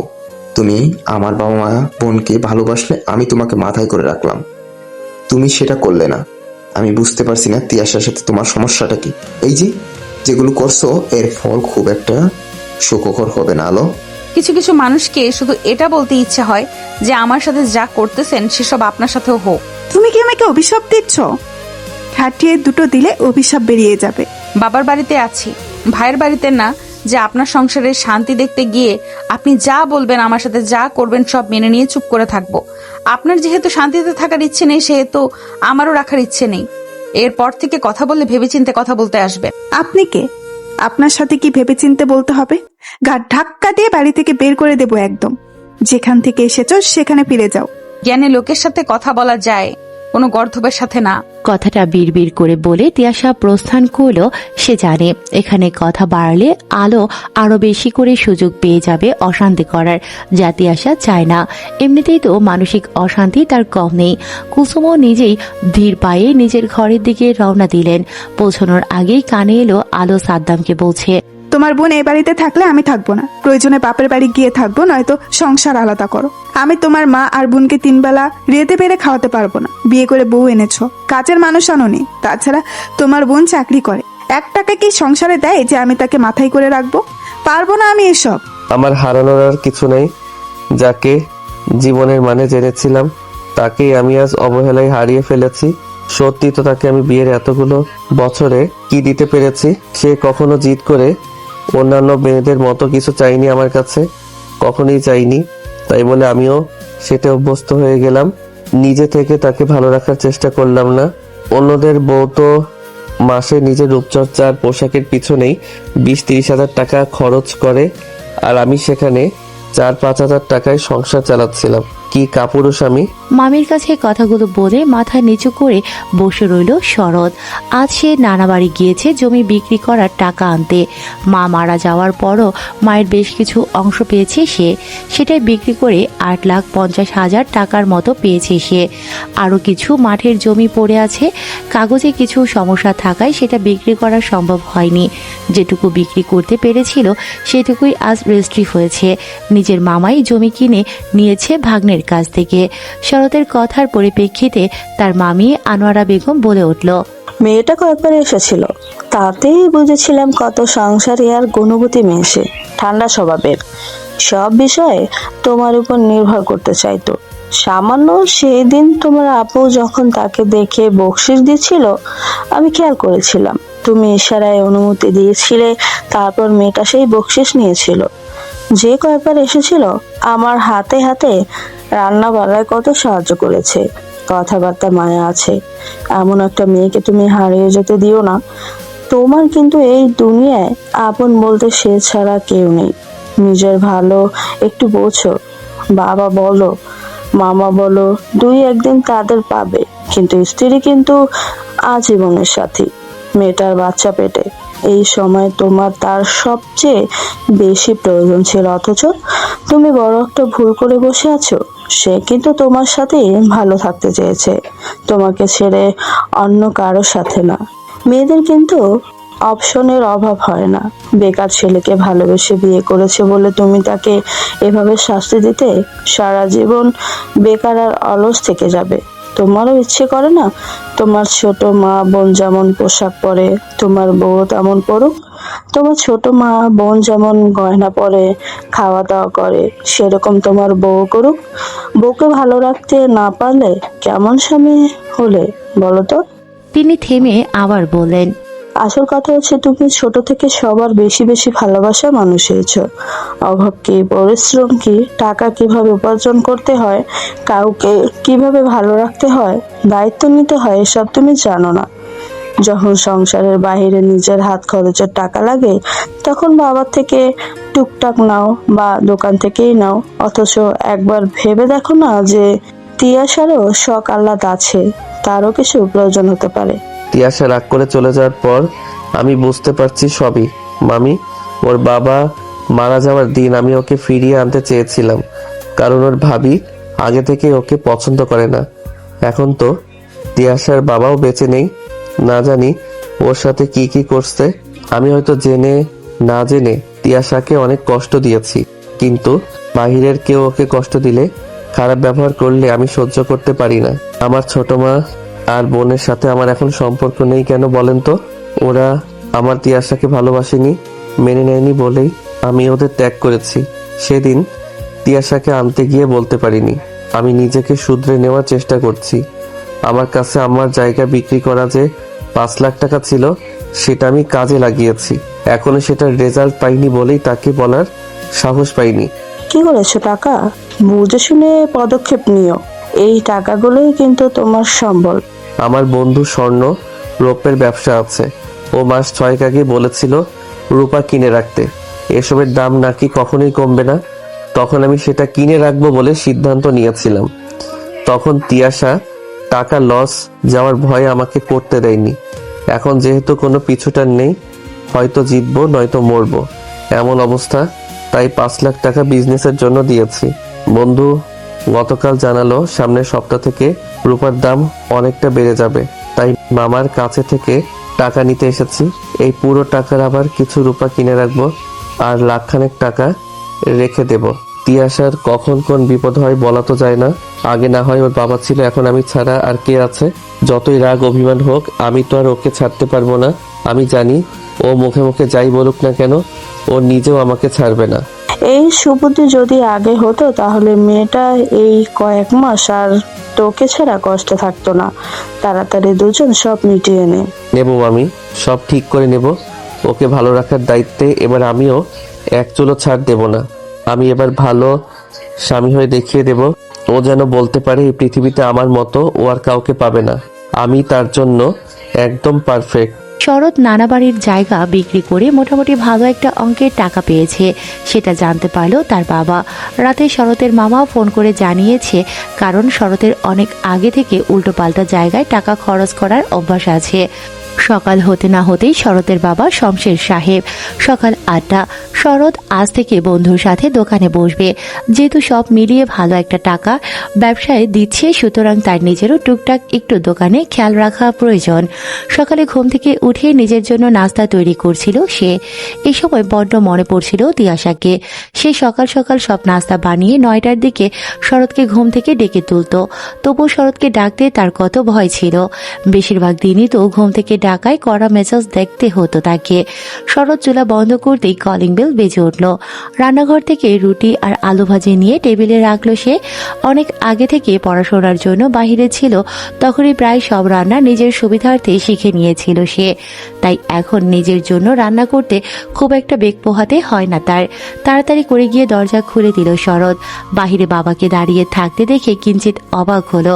এত সকালে তো ওনার বাসা থেকে বের হওয়ার কথা না, কারণ ছোট মা এখনো বাসায়, আর তার বউ বাসা থাকাকালীন শমশের সাহেব ছেলের কাছে আসবেন সেটা অভাবনীয়। শরৎ বাবাকে ভেতরে নিয়ে দরজা আটকে দিল। ডাইনিং এর দিকে যেতে যেতে জিজ্ঞেস করলো, এত সকালে আপনি খেয়েছেন কিছু? হ্যাঁ, তোমার মা নাস্তা বানিয়েছে, তুমি খেয়েছো কিছু? সে খবর আর রাখে কে? নাস্তা বানিয়েছি, খেতে বসবো। শমশের সাহেব সিঙ্গেল সোফাটায় গিয়ে বসলেন। শরৎ হাত ধুয়ে এসে খেতে বসলো। যদিও বাবাকে একবার বলল খাওয়ার কথা, কিন্তু শমশের সাহেব না করলেন। শরৎ আর কিছু না বলে নাস্তায় মন দিল। শমশের সাহেব ইতস্তত করতে করতে বললেন, একটা কথা বলা ছিল তোমাকে। হ্যাঁ বলেন। বাবার দিকে না তাকিয়ে চকিতে জবাব দিল শরৎ, যেন সে জানতো শমশের সাহেব এখনই কিছু বলবেন। শমশের সাহেব শরতের দিকে তাকিয়ে বললেন, রিয়ার বিয়ের অনুষ্ঠান। সে তো অনেক আগে থেকেই শুনছি, কতগুলো বিয়ের কথা হচ্ছে, এসব আর নতুন কি? এবারটা মনে হয় হয়ে যাবে। ছেলে ভালো বেতনে চাকরি করে, পরিবার ভালো। শরৎ রুটি ছিঁড়ে মুখে নিয়ে চিবোতে চিবোতে বলল, দেখেন বাড়িতে যেন আবার তার মায়ের মতো ননদ শাশুড়ি না থাকে, না হলে আবার আপনার মেয়ের কপালও তিয়াশার মতোই হবে। আর তিয়াশা একদিন আপনার মেয়ের অতি ভালো আচরণে কাঁদতে কাঁদতে বলেছিল না, আমার শাশুড়ি আর ননদের মতো শাশুড়ি ননদ যেন হয়, ওই কথা ফলে যাবে। বউ চলে যাওয়ার পর তার পক্ষ নিয়ে কথা বলা বেশি বেড়েছে তোমার, শরৎ। এরকম যদি আগে করতাম তাহলে বউ যেত না। শিক্ষা হয়েছে বলেই শিক্ষিত মানুষের মতো কথা বলছি। আপনি সকাল সকাল কেন আসছেন সেটা বলেন। সরি, আপনার মেয়ে বউ কেন পাঠাইছে সেটা বলেন। শমশের সাহেব দমে গেলেন মুহূর্তেই। শরৎ না জেনেও সঠিক বলেছে। তিনি মুখে অসহায় ভাব নিয়ে এলেন, রিয়ার বিয়ের অনুষ্ঠান বড়সড় করে না করলেও টুকটাক ছেলের বাড়ির মানুষকে তো সম্মান রাখতে হবে। করেন, নিষেধ করছে কে? তার জন্য টাকার প্রয়োজন। আপনার বউয়ের তো অনেক টাকা, মা মেয়ে তো আপনার টাকায় নাকি চলে না, চাকরি করে সেই টাকায় নাকি দুজন চলে। এখন আপনার বউকেই বলেন ব্যবস্থা করতে। তুমি ওর বড় ভাই। সৎ ভাই। শরৎ, ভুল বললাম? শরতের দিকে তাকিয়ে কিছুক্ষণ মৌনে রইলেন শমশের সাহেব। শরৎ তাড়া দিয়ে বলল, আমার এখন তাড়াতাড়ি বের হতে হবে, আর কিছু বলার থাকলে বলেন। 2.5 লাখ টাকা দিতে পারবে? না। প্রয়োজনে আমি ফিরিয়ে দেবো তোমাকে। আমার কাছে টাকা থাকবে কিভাবে? টাকা থাকলে কি বউ অভাবে চলে যায়? তোমার মামা রাতে কল করেছিল। যখন টাকার অভাবে 1-2 বেলা না খেয়ে থাকতাম, তখন বাপের মায়ের বোনের খোঁজ ছিল না। এখন টাকা হাতে এসেছে বলে সবাই সম্পর্ক পাতাতে এসেছে। শালার বাইনচোদ মার্কা জীবনে আর উন্নতি দেখলাম না। শরৎ থেমে ফের বলল, আপনার বউকে বললেন তার কাছে আমার মায়ের যে 5 ভরি স্বর্ণ আছে সেটা আলাদা করে রাখতে। আমার আর আমার বউয়ের জন্য যে ছিল না, আমিও তার বা তাদের জন্য নাই। আমি তাড়াতাড়ি গহনা নিতে আসছি। কিসের গহনা? কোনো গহনা নাই, যা আছে সব তোমার। এই মায়ের গহনা রিয়ার বিয়ের জন্য রাখা হয়েছে। আমার মায়ের গহনা কই গেল? হারিয়ে গেছে। গহনা হারানোর জিনিস হারিয়ে গিয়েও আপনার বউয়ের কাছেই আছে। আমি তো দাবি ছাড়ছি না, প্রয়োজনে পুলিশ নিয়ে যাব। শরৎ, বেশি বেশি করছো। এখনো কিছুই করিনি। জীবনের খাতা যেহেতু খুলে বসেছি, সেহেতু সবকিছু হিসেব মোতাবেক চলবে। তুমি টাকা দেবে না? না। দিতে হবে না তোমার। বলেই ইতস্তত পায়ে বেরিয়ে গেলেন শমশের সাহেব। শরতের কাছে এই বিষয়টা নতুন কিছু না। তার হাতে কোনোভাবে টাকা এলেই শমশের সাহেব টাকা চাইতে আসেন। এভাবে 2-3 বারে 3.5 লাখ টাকা উনি নিয়েছেন। আজ আবার এসেছেন টাকার সন্ধান পেয়ে। অন্যবার নিষেধ করতে না পারলেও শরৎ এবার না করতে পেরেছে। তাকে যে পারতেই হতো। আগে সে টাকা দিয়েছিল তিয়াশার কথা ভেবে। সে ভেবেছিল টাকা পেয়ে অন্তত তিয়াশার সাথে ছোট মা আর ননদ ভালো ব্যবহার করবে, কিন্তু সেটা কখনোই হয়নি। তাই শরতের আর কোনো দায় নেই।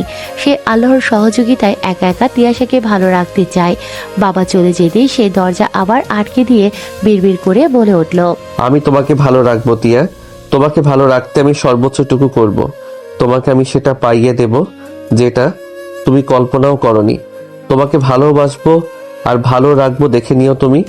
আমাকে আর কয়েকটা দিন শুধু সময় দাও, আমি ফিরবো তোমার কাছে নতুন শরৎ হয়ে। ততদিন না হয় তোমার তৈরি করা দূরত্বটাই রইল আমাদের মাঝে। কয়েকদিন হলো বাড়িতে খুব অশান্তি চলছে। আলো কিছুতেই কোনো কাজ করছে না বাড়িতে।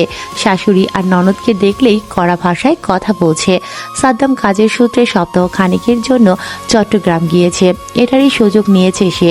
যদিও সাদ্দাম প্রতিদিন বোনের কাছে ফোন করে জানতে চায় বাড়ির পরিবেশ সম্পর্কে। তিয়াশারও মিথ্যে বলতে হয় ভাইয়ের সংসার বাজাতে। এই কদিনে যে পরিমাণ অশান্তি, শারীরিক মানসিকভাবে আঘাত হচ্ছে, সে তাতে শরীর আর সায় দিচ্ছে না। না তার। মায়ের বয়স হয়েছে, এ বয়সে এসে যদি মেয়ের জন্য বিপদে পড়ে, মাকে বাড়ির সব কাজ করতে হয়, তাহলে সেটা মোটেও ভালো দেখায় না। তিয়াশা নিজে বসে থেকে নিজের মাকে এই অবস্থায় সংসারের সব কাজ কিভাবে করতে দেবে? কোন মেয়ে কি তার মায়ের এমন অবস্থা দেখতে পারে? তিয়াশাও পারেনি। মা হাজারবার নিষেধ করা সত্ত্বেও মাকে কাজে সাহায্য করে। সকাল সকাল রান্নার কাজে সাহায্য করায় কদিন হলো প্রচুর ঠান্ডার সমস্যা হচ্ছে তার। যে সময়ে একদমই বিশ্রামে থাকা উচিত, সেই সময় কাজ আর অতিরিক্ত মানসিক অশান্তিতে নাজেহাল অবস্থা তিয়াশার।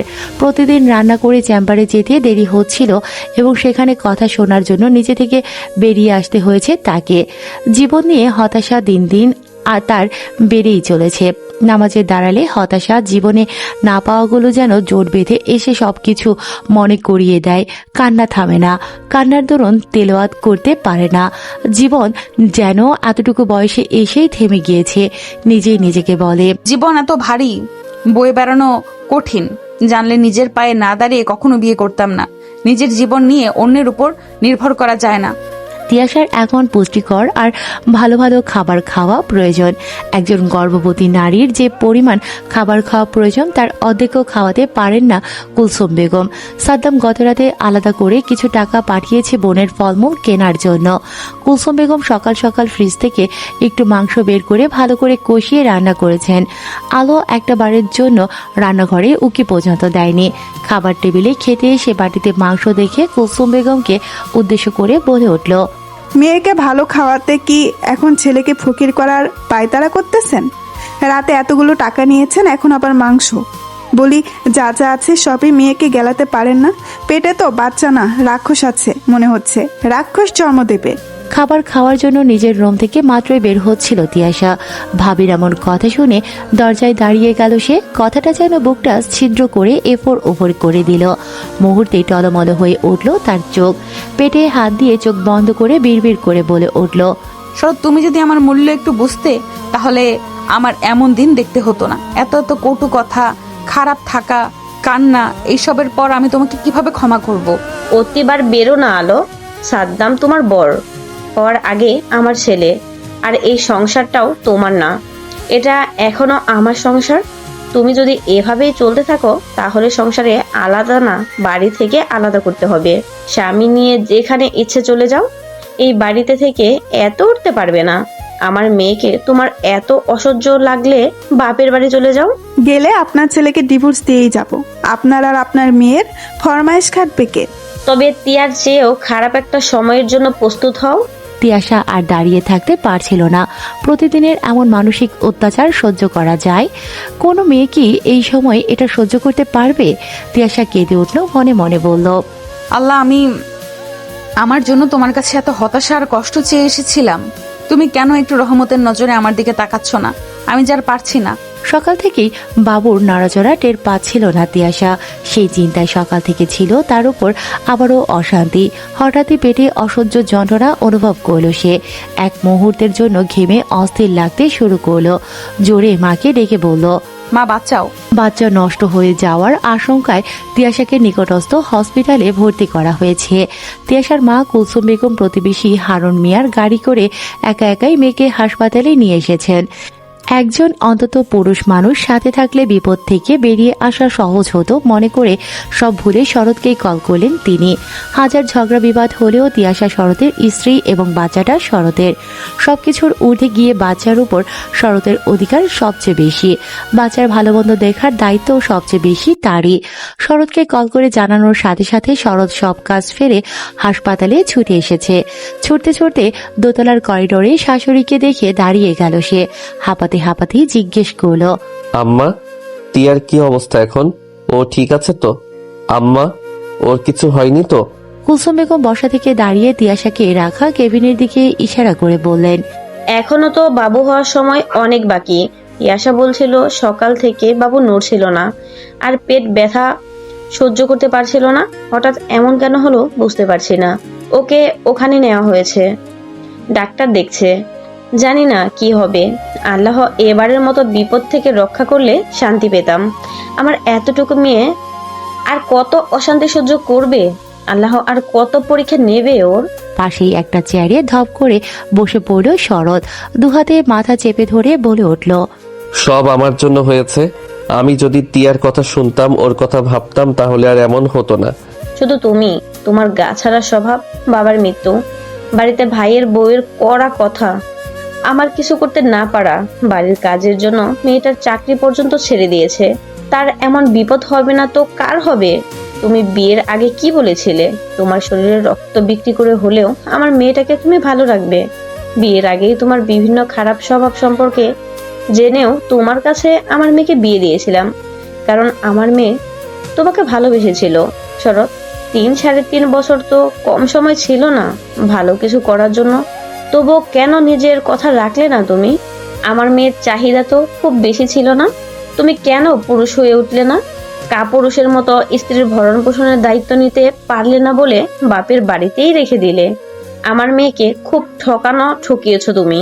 শরৎ মুখ তুলে চাইল, কিছুক্ষণ নীরব চোখে চেয়ে রইল কুলসুম বেগমের দিকে, পরক্ষণেই হাত জোর করে বলল, আম্মা, আর একটা বার আপনার মেয়েকে আমাকে দিবেন, এবারই শেষ। আমি যদি ওকে ভালো রাখতে না পারি, আমি আপনাকে কথা দিচ্ছি, আমি আমার এই মুখ আপনাকে কখনো দেখাবো না। আমি নিজেই টিয়াকে মুক্তি দেব না, এই অবধি আমি আসতেই দেব না। আমি ওকে এবার আর কোনো কিছুর অভাব বুঝতে দেব না। আমি কেন বারবার নিজের কথাতেই হেরে যাওয়ার কথা বলে ফেলি? আমাকে তো টিয়ার জন্য হলেও জিততে হবে। আমি ওকে ভালো রাখবো, কারো কোনো বাজে কথা শুনতে হবে না ওকে। শরৎ থেমে পুনরায় হড়বড়িয়ে বলে উঠল, আম্মা, আমাকে আর একটাবার সুযোগ দিন প্লিজ। ওর কোনো অভাব হবে না এবার থেকে। খাবার, পোশাকের, ভালোবাসার বা সম্মানের কোনো কিছুর অভাব হবে না ওর। আমি কিছু করতাম না বলে আমার বাড়ির মানুষের কাছেও অন্য বউদের মতো সম্মান পেত না, এটাও আর হবে না। আমি সব চেঞ্জ করে দেব। আল্লাহ শুধু এবারের মতো টিয়া আর আমাদের বাচ্চাকে বাঁচিয়ে নিক, আমি কোথাও গাফিলতি করব না। আমার মেয়েটা শুধু এবার সুস্থভাবে ফিরে আসো, ওকে বুঝিয়ে তুমি যদি ওকে ফিরিয়ে নিতে পারো তাহলে আমার কোনো আপত্তি নেই, কিন্তু ও যদি না ফিরে যায় তাহলে আমি ওকে অন্য কোথাও পাঠিয়ে দেব, যেখানে অন্তত এই কষ্টগুলো ওকে পেতে হবে না। আমার মেয়ে এবার ভালো থাকবে, হয়তো তোমার সাথে, নয়তো তোমাকে ছাড়া। টিয়া এখন নিজেকে ভালোবাসতে শুরু করেছে, নিজের বাচ্চাকে ভালোবেসে নিজেদের জন্য ও সব করতে পারবে। শুধু আমি ওকে নিজের বাড়িতে আর ওই আগুনের মধ্যে রাখবো না। একদিকে আমার ছেলের সংসার, আরেকদিকে আমার মেয়ে, আমি কোনোটাকে হারাতে দেব না। একজন নার্স এসে শরৎ আর কুলসুম বেগমকে উদ্দেশ্য করে জানতে চাইল, কিছুক্ষণ আগে যে পেশেন্ট এলো তার বাড়ির লোক আপনারা? কুলসুম বেগম হাতের উল্টো পাশ দিয়ে চোখ আর গাল মুছে বললেন, হ্যাঁ আমরা। টাকা পয়সার কিছু ব্যাপার আছে, কে দেখবেন আপনাদের মধ্যে? কুলসুম বেগম চেয়ারের উপর থেকে নিজের ব্যাগ নিয়ে নার্সকে কিছু বললেন, তার আগেই শরৎ তাকে থামিয়ে দিয়ে এবার বেশ স্পষ্টভাবেই বলল, আমার স্ত্রীর দায়িত্ব পুরোটাই এখন থেকে আমার। আমার কাছে টাকা আছে। আপনার মেয়ের শুধু চিকিৎসা নয়, আপনার মেয়েকে নিয়ে নতুন করে সংসার করার মতো সামর্থ্য আল্লাহ আমাকে খুব তাড়াতাড়ি দিয়ে দেবে। তবে এখন যা আসতে শুরু করেছে সেটা আপনার মেয়ে যতটুকু চেয়েছিল তার কাছাকাছি। কিছুদিন পর আপনার মেয়ের ভাবনাতীত কিছু হবে না ইনশাআল্লাহ। কুলসুম বেগম ফ্রুকুসকে তাকালেন শরতের দিকে। শরৎ এই কথাগুলো বলার জোর কোথা থেকে পাচ্ছে সেটা বুঝতে পারছেন না তিনি। এখন স্পষ্টভাবে খোলাখুলি সব শোনার অবস্থায়ও তিনি নেই। শরৎও আর কথা না বাড়িয়ে নার্সের সাথে চলে গেল। কুলসুম বেগম একভাবেই দাঁড়িয়ে থেকে শরতের যাওয়ার দিকে তাকিয়ে রইলেন। সর্বদা এমন একজন দায়িত্বশীল শরৎকেই তো তিনি চেয়েছিলেন মেয়ের জন্য, কিন্তু নতুন শরতের জন্ম নিতে বেশি দেরি হয়ে গেল না তো? তিয়াশার বাচ্চা ঠিক আছে তো? বাচ্চার কিছু হলে তো তিয়াশা কোনোদিনও শরৎকে মেনে নেওয়া তো দূরে, ক্ষমাও করতে পারবে না। আরও একটা ভয় যেন গলা চেপে ধরল কুলসুম বেগমের। বেশ খানিকটা সময় পর ডক্টর নার্স বের হলেন তিয়াশার কাছ থেকে। শরৎ আর কুলসুম বেগম সামনের দিকটাতেই পায়চারি করছিল। ডক্টরকে বের হতে দেখে সেদিকে দৌড়ে গেল শরৎ। তড়িঘড়ি করে জিজ্ঞেস করল, ম্যাম, তিয়াশা কেমন আছে? ও ঠিক আছে তো? আর বাবু? আল্লাহর অশেষ রহমতে মা আর পেটের বাচ্চা দুজনেই এখন ভালো আছে। হয়তো আর 10-20 মিনিট দেরি হলেই বাবুকে বাঁচানো যেত না। আল্লাহ চেয়েছিলেন বলেই এবারের মতো দুজনেই ঠিক আছে। তবে ওনার এমন হয়েছে অতিরিক্ত কাজ আর মানসিক চাপে। এই সময় ওনার বেড রেস্ট প্রয়োজন হাসি খুশি থাকা। কোনো রকম মানসিক চাপ ওনাকে দেয়া যাবে না। এটা বাবু এবং বাবুর মা দুজনের জন্যই ক্ষতিকর। এসবে বাবু নষ্ট হয়ে যাওয়ার সম্ভাবনা থাকে অনেক বেশি। আপনি সম্ভবত ওনার বর, তাই না? উপর নিচ মাথা ঝাঁকালো। ডক্টর ফের বললেন, স্ত্রীকে সব রকম শারীরিক পরিশ্রম থেকে দূরে রাখুন। এই কয়েকটা মাস অন্তত ওনাকে মানসিক শান্তি দিন, খুশিতে রাখুন, নইলে অনেক বড় ক্ষতি হয়ে যাবে। কুলসুম বেগম এগিয়ে এসে জিজ্ঞেস করলেন, এখন কি আমার মেয়ের সাথে দেখা করা যাবে? জি যাবে, কিন্তু ওনার সামনে কান্নাকাটি করবেন না এবং এমন কিছু বলবেন না যাতে ওনার মানসিক অশান্তি বেড়ে যায়। বলেই প্রস্থান করলো সবাই একসাথে। কুলসুম বেগম শরৎকে উদ্দেশ্য করে বললেন, তুমি আগে দেখা করে এসো, এরপর না হয় আমি। কুলসুম বেগমকে কথা শেষ করতে না দিয়েই শরৎ বলল, আপনি আগে যান আম্মা, আমি চাই না তিয়া প্রথমেই আমাকে দেখে হাইপার হোক। আপনি না হয় ওর কাছে থাকুন, আমি বাহিরে আছি। কুলসুম বেগম আর কোনো কথা না বলে তিয়াশার কাছে গেলেন। বাইরে অপেক্ষায় রইল শরৎ। ভাবল শেষবারের মতো তিয়াশার পা ধরে হলেও মাপ চেয়ে তাকে ফিরিয়ে নিতে চাইবে, বোঝাবে তিয়াশাকে ছাড়া আর অন্য কোনো কিছুতে শান্তি নেই তার। কিন্তু ভাবনার বিষয়, এত কিছুর পর তিয়াশা মাফ করবে তো? শরৎ তিয়াশার কেবিনে প্রবেশ করেছে। চুপচাপ বেডের পাশের চেয়ারে বসে আছে সে। তিয়াশা মুখ ঘুরিয়ে অন্যদিকে চেয়ে আছে। শরতের সাথে প্রথমে দেখা করতে চায়নি সে। কুলসুম বেগমের কথায় রাজি না হয়েও পারেনি। কুলসুম বেগমের কথাগুলোই ছিল এমন যে তিয়াশা সেটা নিয়ে না ভেবে পারেনি। কুলসুম বেগম যতক্ষণ কেবিনে ছিলেন ততক্ষণ শুধু শরতের কথা বলেছেন। শরতের ব্যবহারের পরিবর্তন, কথাবার্তার পরিবর্তন সম্পর্কে অবগত করেছেন। শরৎ সত্যি সত্যি বদলেছে। প্রিয় মানুষের অনুপস্থিতি তাকে বদলাতে বাধ্য করেছে। কুলসুম বেগম এটাও বুঝিয়েছেন, একটা মেয়ের বিয়ের পর বাবার বাড়ির অতিথি হয়ে যায়।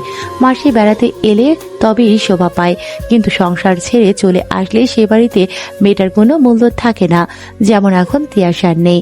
আলো প্রতি মুহূর্তে তাকে অসম্মান করে, কথা শোনায়। তিয়াশা সংসার ছেড়ে এসেছে বলেই এত কিছু করার সুযোগ সে পাচ্ছে।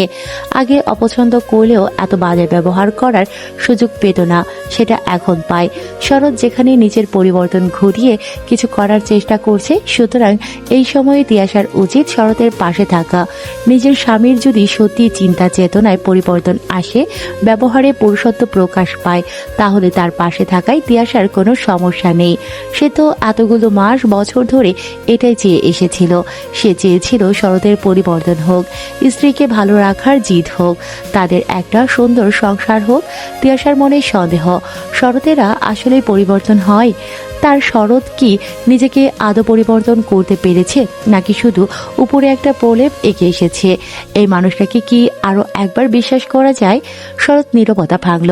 সাহস করে নিজের মানুষটাকে ছোঁয়ার সাহস করল সে। আলতো হাতে তিয়াশার হাতটা নিজের হাতে নিয়ে মৃদু গলায় বলল, এখন কেমন লাগছে তিয়া? তিয়াশা কিছুক্ষণ ওভাবেই চুপ থেকে শরতের দিকে ফিরে তাকালো। একটু স্বাভাবিকভাবেই বলার চেষ্টা করলো, আগের চেয়ে ভালো। ডাক্তার বলেছে বাবু ঠিক আছে, রাত 9টার দিকে তোমাকে বাসায় নিয়ে যাওয়া যাবে। এই সময়টা একটু কষ্ট করে এখানেই থাকতে হবে। তিয়াশা দীর্ঘশ্বাস ফেলে বিড়বিড় করে বলল, বাড়ি, আপন বাড়িটা ডেকে নিলে শান্তি মিলতো। শরৎ চুপ মেরে গেল। যা যা সে তিয়াশার সাথে করেছে তার জন্য তো তিয়াশা এমন বলবেই। স্বামীর বাড়িটাকেও তো শরতের কথায় আঘাতে কখনো নিজের বাড়ি মনে করতে পারেনি তিয়াশা। কিছু হলেই শরৎ শুধু বলতো, চল বাপের বাড়ি দিয়ে আসি। বাবার বাড়িও তো ভাইয়ের বউয়ের যন্ত্রণায় কারাগারের রূপ নিয়েছে অনেক আগেই। শরৎ প্রলম্বিত শ্বাস ফেলে মাথা নিচু করে বলল, তিয়া, আর একটাবার আমাকে সুযোগ দেবে? এবারই শেষবার। এবার আমি তোমার বিশ্বাস ভাঙবো না। আমি আবার নিজেকে অভাবে পতিত করতে পারবো না শরৎ। ভালোবাসার লোভে আমি ভালো থাকা বিসর্জন দিতে চাই না। তোমাকে ভালোবাসা পেতে কিচ্ছু হারাতে হবে না, বিশ্বাস করো তিয়া। আমার তুমি ছাড়া হারানোর কিছু নেই বলেই হয়তো কিছু করার সাহস করতে পেরেছি। তুমি ছাড়া টাকার মূল্য আমার কাছে শূন্য। আমার সবটা শুধু তোমাকে ভালো রাখতে। তিয়া, আমি বিজনেস শুরু করেছি আমার যা ছিল সবটা দিয়ে। তুমি বিশ্বাস করবে কি, চেষ্টা করেছি বলেই হয়তো আল্লাহ আমাকে ফেরাননি। আমি উপার্জন করতে শুরু করেছি তিয়া। শরৎ প্যান্টের পকেট থেকে একটা ছোট্ট খয়েরি বক্স বের করলো। বক্সটা খুলে তিয়াশার দিকে বাড়িয়ে দিয়ে বলল, গত কয়েকদিন যা ইনকাম করেছি তার থেকে কিছু টাকা দিয়ে আমি তোমার জন্য এই রিংটা নিয়েছি। এটাই পছন্দ করে দোকান থেকে নিচ্ছিলাম, তখনই আম্মা কল করে জানালো তোমার অবস্থা। তিয়াশা এই শরৎকে সত্যি আজ চিনতে পারছে না যে শরৎ কখনো 10 টাকা খরচ করে তার জন্য একটা গোলাপ আনেনি, সে আজ এত টাকা খরচ করে স্বর্ণের আংটি নিয়ে এসেছে। তিয়াশার চোখে মুখে অবিশ্বাসের ছাপ স্পষ্ট, অবিশ্বাস কম, আশ্চর্যের ছাপ বেশি। এটা সত্যি সেই শরৎ যে কিনা তার দায়িত্ব নেবে না বলে পালিয়ে বেড়াতো, অলসতা দেখাতো, আজ সে কিনা এসব করছে। এটা সত্যি সেই শরৎ। তিয়াশাকে চুপচাপ তাকিয়ে থাকতে দেখে শরতের চোখ টলমলো করে উঠল, বুকে একটা ভয় জন্মালো। তিয়াশা আবারও ফিরিয়ে দেবে, তাকে বিশ্বাস করে আর কখনো ফিরবে না। ভারী হয়ে এলো তার কণ্ঠস্বর, বলে উঠল, তুমি ছাড়া আমার কেউ নেই তিয়া, প্লিজ আমাকে মায়ের মতো করে একা করে দিও না। আমাকে একটাবার বিশ্বাস করো, আমি আর একা থাকতে পারছি না। আমাকে একটা সুযোগ দাও তিয়া, ফিরে চলো আমার সাথে। কোথায়? তোমার বাড়িতে? আবার কখনো কিছু হলে আমাকে বাড়ি ছাড়তে বাধ্য করবে। আমি তো মেয়ে মানুষ, আমার কোনো বাড়ি নেই। শরৎ তিয়াশার হাতটা শক্ত করে চেপে ধরলো, গলা খাদে নামিয়ে বলল, আমার যা কিছু আছে সবই তোমার, প্রয়োজনে আমি কাগজ করে দেব। তুমি প্লিজ শুধু তোমাকে আমার করে দাও। আমি আমার সবকিছুর পরিবর্তে তোমাকে চাই। আমি তোমাকে আমার অবস্থাটা কেন বোঝাতে পারছি না। গোটা 3.5 বছর তোমাকে বিশ্বাস করেই কেটেছে। প্রতিনিয়ত ভাবতাম এই এক্ষুনি তুমি একটু আমার কথা ভাববে, আমাকে ভালো রাখার লোভ তোমার হবে, কিন্তু সেটা হয়নি। এখন হঠাৎ কিভাবে এত বদল ঘটলো? এর আগে তো তুমি নিজেকে অসম্ভব ভালোবেসে নিজের কথা ভেবে আমাকে ছাড়ার সাহস করনি। আমিও ভেবেছিলাম তুমি আমাকে ছাড়া থাকতে পারবে না, সেজন্যই হয়তো অমন করেছি। কিন্তু এখন বুঝেছি সবাই সবাইকে ছাড়ার ক্ষমতা রাখে, শুধু ছাড়ার পর যে কষ্টটা হয় সেটা জিদ করে সহ্য করে যায়। আমি তোমাকে ছাড়া, তোমার ভালোবাসা, এই যে থেকে থেকে তোমার আলতো হাতে আমার গাল স্পর্শ, বুকে মাথা রাখা, তোমার হাসি, এসব ছাড়া আমার চলছে না। শুধুমাত্র তোমাকে পেতে আমি আমার সবকিছু বাজি ধরেছি। আমার শুধু তোমাকে চাই। তোমাকে ভালো রাখার জন্য আমি সব করব, সব। তিয়াশার চোখ থেকে জল গড়িয়ে পড়ল। এই মানুষটাকে একবার কেন বারবার সে বিশ্বাস করতে চায়। মনে রাগ অভিমান যাই থাকুক না কেন, ভালো তো তাকেই বাসে। তিয়াশা জানে শরৎ যেটা সত্যি সেটাই বলে। সে এতদিন তিয়াশাকে ভালো রাখার দায়িত্ব ভালোভাবে পালন করতে চায়নি, সেইটা কথা এবং ব্যবহারে বুঝিয়েছে। আজ যখন এভাবে বলছে, প্রমাণ দিচ্ছে, সুতরাং তাকে খুব করে বিশ্বাস করতে ইচ্ছে করছে তার। তাছাড়া বিবাহিত জীবনে সব সমস্যার সমাধান তো একে অপরকে ছেড়ে যাওয়া হতে পারে না। সবকিছু ঠিক করতে সাময়িক দূরত্ব বাড়ানোই যায়, তাতে যদি ভালো কিছু হয় তবে সেটা করা উচিত।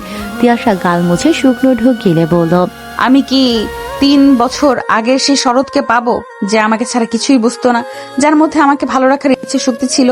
আমাকে কেউ অপছন্দ করলে সে নিজে তার সাথে দূরত্ব বাড়িয়ে দিত, আমাকে তুলোর মতো বুকে আগলে রাখতো। আমার মুখের হাসি ছিল তার ভালো থাকার কারণ। আমি যদি একসাথে সব পাই তবেই আমি সুযোগ দিব, নচেত নয়াকার না। শরৎ ঠোঁট টিপে হাসার চেষ্টা করলো, অথচ চোখে টলমলো করছে পানি। চোখের পলক ফেলতেই গড়িয়ে পড়লো গাল বেয়ে। তিয়াশার হাতটা নিজের গালে ঠেকালো, পরক্ষণেই চুমুতে ভরিয়ে দিল তিয়াশার সমস্ত মুখ। তিয়াশা শুধু এতগুলো মাস পর প্রিয় মানুষের স্পর্শ চোখ বন্ধ করে অনুভব করলো, মনে মনে বলে উঠল, আমি শরৎকে ছাড়া কিভাবে থাকার কথা ভাবতে পারি? তিয়াশা যে শরৎকে ছাড়া সত্যিই শূন্য। বিকেলের দিকে মায়ের সাথে বাড়ি ফিরল তিয়াশা। শরৎ বাসার সামনে ওদের নামিয়ে দিয়ে নিজের বাসার উদ্দেশ্যে রওনা দিয়েছে। তিয়াশা এবং কুলসুম বেগমের সাথে কথা বলে জানিয়েছে সে সন্ধ্যার পর এসে তিয়াশাকে নিজ বাসায় নিয়ে যাবে। বাসায় নিয়ে যাওয়ার আগে টুকটাক পরিষ্কার পরিচ্ছন্ন করার সাথে সাথে বাসার প্রতিটা কোণা নতুন করে সাজাতে চায় শরৎ। হসপিটালে বসে বসে তিয়াশার কাছ থেকে লিস্ট করে নিয়েছে কি কি কিনতে হবে আর সে কিভাবে নিজের বাসাকে নতুন করে দেখতে চায়। তিয়াশা জানে এতটুকু সময়ে কোনো কিছু সম্ভব না, আর তাছাড়া সামান্য এই কয়েকদিনের তেমন টাকার মানুষ হয়নি যার সাহায্যে সে এখনই পুরো বাসা তিয়াশার মন মতো সাজিয়ে ফেলবে। তাছাড়া সংসার তো একদিনে সাজিয়ে ফেলার জিনিস না, সংসার সাজাতে ধৈর্য ধরতে হয়। এক এক সময় এক এক জিনিসের প্রয়োজনীয়তা অনুভব করলে সেটা নিজের বাসায় জায়গা করে নিতে হয়। শরৎ তবুও ছাড়েনি। আপাতত যেগুলো প্রয়োজন বা অল্প টাকার মধ্যে সে তিয়াশাকে দিতে পারবে এমন কিছুই জিনিসের নাম জেনে নিয়েছে। নিজে বাড়ি অবধি পৌঁছে দিয়ে গিয়েছে এবং যাওয়ার সময় স্পষ্টভাবে বলেছে, এখন অন্তত ব্লগটা প্লিজ খুলে রেখো। তোমার বাসা তোমার ইনস্ট্রাকশনে সাজাতে দিও। তুমি গেলে সব হবে, কিন্তু তুমি যাওয়ার আগে কিছু পরিবর্তন প্রয়োজন। তোমারও তো জানা প্রয়োজন তোমার শরৎ সত্যি তোমাকে ভালোবেসে বদলেছে। সে তোমাকে সত্যি ভালো রাখতে চায়। তিয়াশা আর কুলসুম বেগম বাড়ির ভেতরে প্রবেশ করতেই আলোর গলায় শুনতে পেল। এগিয়ে আসতেই বলল আলোর রান্নাঘরে। তিয়াশা চলার গতি কমিয়ে দিলে কুলসুম বেগম বলে উঠলেন, এখন সোজা নিজের রুমে যাবি, কোথাও দাঁড়াতে হবে না। রুমে গিয়ে ভালো একটা শাড়ি পরবি আজ, যদি পারিস গোসলটাও দিয়ে নে। হসপিটাল থেকে ফিরেছিস, নানান রকম অসুখ বিসুখ রোগবালাই সেখানে। ভালো করে গোসল দিয়ে চুলগুলো শুকিয়ে নে। এই সময় চুল যেন একদম ভেজা না থাকে, বলে দিলাম। আমি খাবারের ব্যবস্থা করছি, তুই যদি এই এক বেলায় আর কিছু ভেবেছিস। তিয়াশা মাকে দেখে আবার রান্নাঘরের দিকে তাকালো। আলো তাদের দেখেছে। তিয়াশা এবং কুলসুম বেগমকে দাঁড়িয়ে থাকতে দেখে এগিয়ে এলো রান্নাঘরের দরজার দিকে। তিয়াশাকে সুস্থভাবে দাঁড়িয়ে থাকতে দেখে খোঁচা দিয়ে বলে উঠল, দেখে তো একেবারে ভালো মানুষ মনে হচ্ছে। তখন কি বাড়ি থেকে বের হওয়ার জন্য নাটক করা হয়েছিল? কি নাটক বাবা! মরেই তো যাচ্ছিল মানুষজন, আবার জন্ম নেওয়ার মতো ফিরেও এলো। কত কিছু আর দেখবো। তুমি কি চাচ্ছিলে, আমার মেয়ের কোনো ক্ষতি হয়ে যাক? মরে গেলে খুশি হতে? আমার খুশিতে কার কি আসে যায়? আমার খুশিতে কেউ বাঁচবেও না, আবার কেউ মরবেও না। আলোর দিকে তেড়ে গেলেন কুলসুম বেগম। থাপ্পড় দিতে হাত উঠাতেই তিয়াশা মাকে থামিয়ে দিল। ঠান্ডা মেজাজে বলে উঠল, আমাকে চুপ থাকতে বলে তুমি যেখানে সেখানে মুখ নাড়ছো কেন? সত্যিই তো কে কি চাইলো তা দেখে তো আল্লাহ আমার মৃত্যু দেবে না বা বাঁচিয়ে রাখবে না। আমার আয়ুতে কারো হস্তক্ষেপ সম্ভব না, সব আল্লাহর হাতে। ছেলের সাথে বিয়ে করিয়ে শকুন এনেছিলাম আমি। শকুনের নজর কখন কোন বিপদ চাই সেই শকুনই জানে। ছেলের জীবন আর সংসার দুটোই শেষ করতে উঠে পড়ে লেগেছে। এই মেয়ে কবে শিক্ষা পাবে আল্লাহ জানে। একটা মেয়ে তার বাপের বাড়ির এসে থাকবে, সেটাই নাকি তার সহ্য হয় না। আরে তার স্বামী যে আমার ছেলে আর কারো ভাই, সেটাও ভুলে গেছে। আল্লাহ আছেন, প্রতিটা কথা আর কাজের ফলাফল এই মেয়ে পাবে। বাড়ির বই নাকি খারাপ? গিন্নের মুখ দিয়ে তো কত ভালো ভালো কথা বের হচ্ছে, তাই না? নিজের ছেলের বউকে শকুন বলা হচ্ছে, অভিশাপ দেওয়া হচ্ছে। যার অভিশাপ তারই লাগবে। সাদ্দাম আগে আসুক, বইয়ের দোষ শুধু দেখা যায়। এদিকে মা যে আরেক কাঠি উপরে, সেটা তো জানে না। তিয়াশা মায়ের হাত ধরে মায়ের ঘরের দিকে টেনে নিয়ে গেল। বলতে থাকলো, আম্মা জান কুল, দোয়া করো এবার যেন আমাকে ঠকতে না হয়। বিশ্বাস করো, শরৎ যদি সত্যিই বদলে যায় আর আমাকে ভালো রাখতে চায়, আমার মনের মতো হয়, তাহলে দুনিয়ার কাউকে আমি পরোয়া করব না। এক আল্লাহ ছাড়া আমি কাউকে নজরে আসতে দেব না। আর তোমার ছেলের বউ, আল্লাহ আছেন তার জন্য। আল্লাহকে আলাদা করে বলতে হবে না কিছু। তিনি সব দেখেন এবং জানেন, তিনি সবটা দেখে নেবেন। তুমি এসব নিয়ে আর কিছু বলবে না, তাকেও না আর ভাইয়াকেও না। আম্মা, আমি সব ভুলে সংসার করতে চাই, শরতের সাথে ভালো থাকতে চাই। সেটা যদি ভাগ্যে না জোটে তবে আমি দ্বিতীয়বার এর বাড়িতে ফিরবো না। আশা করছি এবার সব ঠিক হবে। আল্লাহ তোমার সহায় হোক। তবে মাথায় রাখবে, সব সময় সবাইকে ছাড় দিতে নেই। সবাইকে ছাড় দিলে নিজের প্রতি অবিচার করা হয়, আর সেটা এক প্রকার জুলুম। ছাড় দিতেই থাকলে তারা উড়তে থাকবে, উড়ে এসে এসে মাথায় ঠোকর বসাবে। তোমার উচিত নিজের হয়ে সব সময় লড়ে যাওয়া সবার সাথে। হ্যাঁ আম্মা, নিজেকে ভালোবাসতে শুরু করেছি আমি। নিজেকে আর ছোট হতে দেব না কোথাও। যাও, এবার তৈরি হও, গোসল করে সুন্দর একটু সেজো আস। আমার মেয়েটা অনেকদিন সাজগোজ দেখি না। তিয়াশা নিজের রুমের দিকে যেতে গিয়েও থেমে গেল। কণ্ঠ খাদে নামিয়ে শুধালো, আম্মা, আমিও বাড়িতে যেতে রাজি হয়ে ভুল করলাম না তো? পুরুষের পরিবর্তন সহজে হয় না, কিন্তু সেটা সত্যি কখনো হলে সেটা আজীবনের জন্য শুভকর হয়। তিয়াশা মায়ের কথা বুঝতে পারল। আল্লাহর উপর ভরসা রেখে আরেকটা বার প্রিয় মানুষটাকে সুযোগ দেওয়ার কথা ভাবল সে। তিয়াশা গোসল শেষ করে ভেজা চুলে আয়নার সামনে এসে দাঁড়ালো। লাল টকটকে একটা শাড়ি পরেছে সে, আঁচল কাঁধের উপর উঠিয়ে নেয়া, উঁচু পেটটা উকি দিচ্ছে বারবার। কিছুক্ষণ পরপর ভেতর থেকে কেউ নিজের উপস্থিতি জানান দিচ্ছে। এক নজরে আয়নায় নিজের পেটের দিকে তাকিয়ে আছে তিয়াশা, মুখে মিটি মিটি হাসি। অন্য সময় পোশাকের উপর দিয়ে তার নিজের ভেতরে বেড়ে ওঠা প্রাণটার প্রতিচ্ছবি বুঝলো আজই প্রথম এভাবে দেখার সৌভাগ্য হলো তার। বেশ কিছুটা সময় এভাবেই কাটলো। ধীরে ধীরে চুল শুকিয়ে নিল সে, চুল আশ্রয়ে ছেড়ে রাখলো। মা বলেছে একটু সাজগোজ করতে। এই সময় আর কি সাজবে সে? হাতের কাছে যা পেল তা দিয়ে চোখে একটু কাজল আর ঠোঁটে হালকা লিপস্টিক দিল। বোঝার উপায় নেই সেভাবে। তিয়াশার তৈরি হওয়া অনেক আগেই শেষ।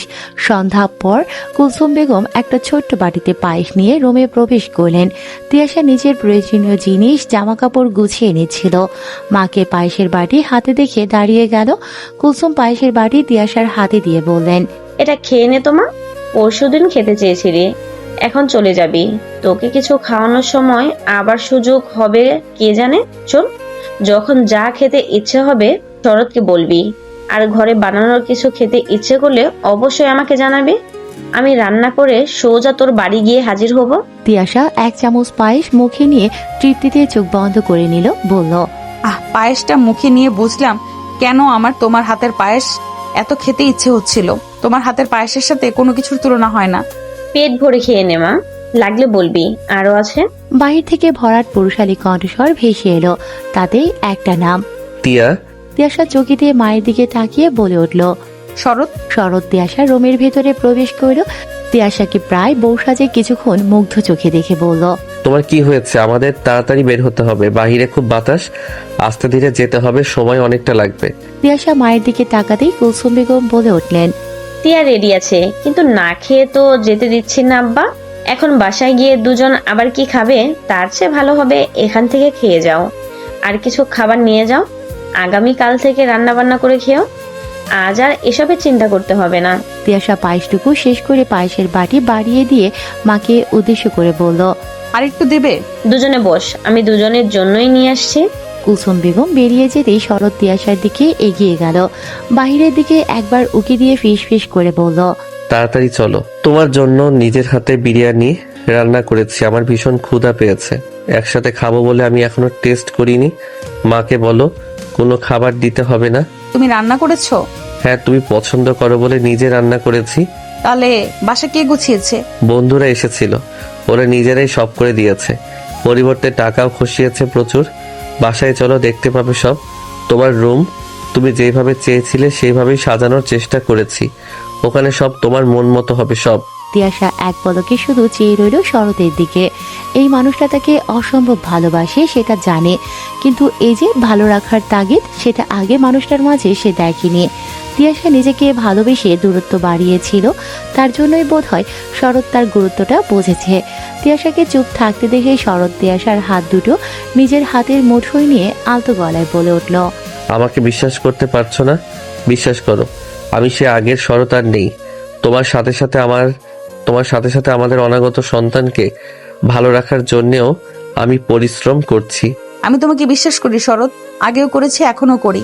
তোমার বিশ্বাসের দাম আমি দেব তিয়া, তোমাকে আমি মাথায় করে রাখবো। কিন্তু আমি যে এই বুকে থাকতে চাই। শরতের বুকের দিকে ইশারা করে কথাটা বলল তিয়াশা। শরৎ মুস্কি হেসে বলল, এই বুক কেন, এই মানুষটাই তো তোমার। এই মানুষটার সবটা জুড়ে শুধু তুমি। তোমাকে খুব ভালোবাসি তিয়া। আমি বাবা নিজেকে ছাড়া কাউকে ভালোটালো বাসি না। শরৎ তিয়াশাকে টেনে নিজের বুকের সাথে জড়িয়ে নিয়ে বলল, তুমি তোমাকেই ভালোবাসো, আর এই যে তুমি তোমাকেই ভালোবাসো বলেই তো আমি তোমাকে নতুন করে আরো বেশি করে ভালোবাসতে পারলাম। কুলসুম বেগমের কাছ থেকে বিদায় নিয়ে তিয়াশাকে নিয়ে বের হচ্ছিল। সাদ্দাম বাসায় নেই সেটা শরৎ আগে থেকেই জানতো। অনেকক্ষণ ধরে এ বাসায় আসার পরও আলোকে দেখতে না পেয়ে তার ব্যাপারে জানতে তিয়াশা জানায় আলোর সাথে একটু ঝামেলা হয়েছে। শরৎ আর আগ্রহ দেখায়নি। তিয়াশাকে নিয়ে বের হওয়ার সময় তিয়াশার হাতে থাকা সামান্য পার্স ব্যাগটাও শরৎ তিয়াশার থেকে নিয়ে নিল। আলো তার নিজের রুমে দরজার সামনে থেকে বলে উঠল, বউয়ের জন্য দেখছে দরদ উতলাই পড়ছে। এত দরদ থাকা সত্ত্বেও মানুষজন কেন যে বউ বাপের বাড়ি ফেলে রাখে? বউ যেহেতু দরদ তো উতলাই পড়বেই। ভাবি হলে হিংসার দেখতে না পারা স্বভাব উতলাতো, আর বউ রেখেছিলাম, নিয়ে যাচ্ছি।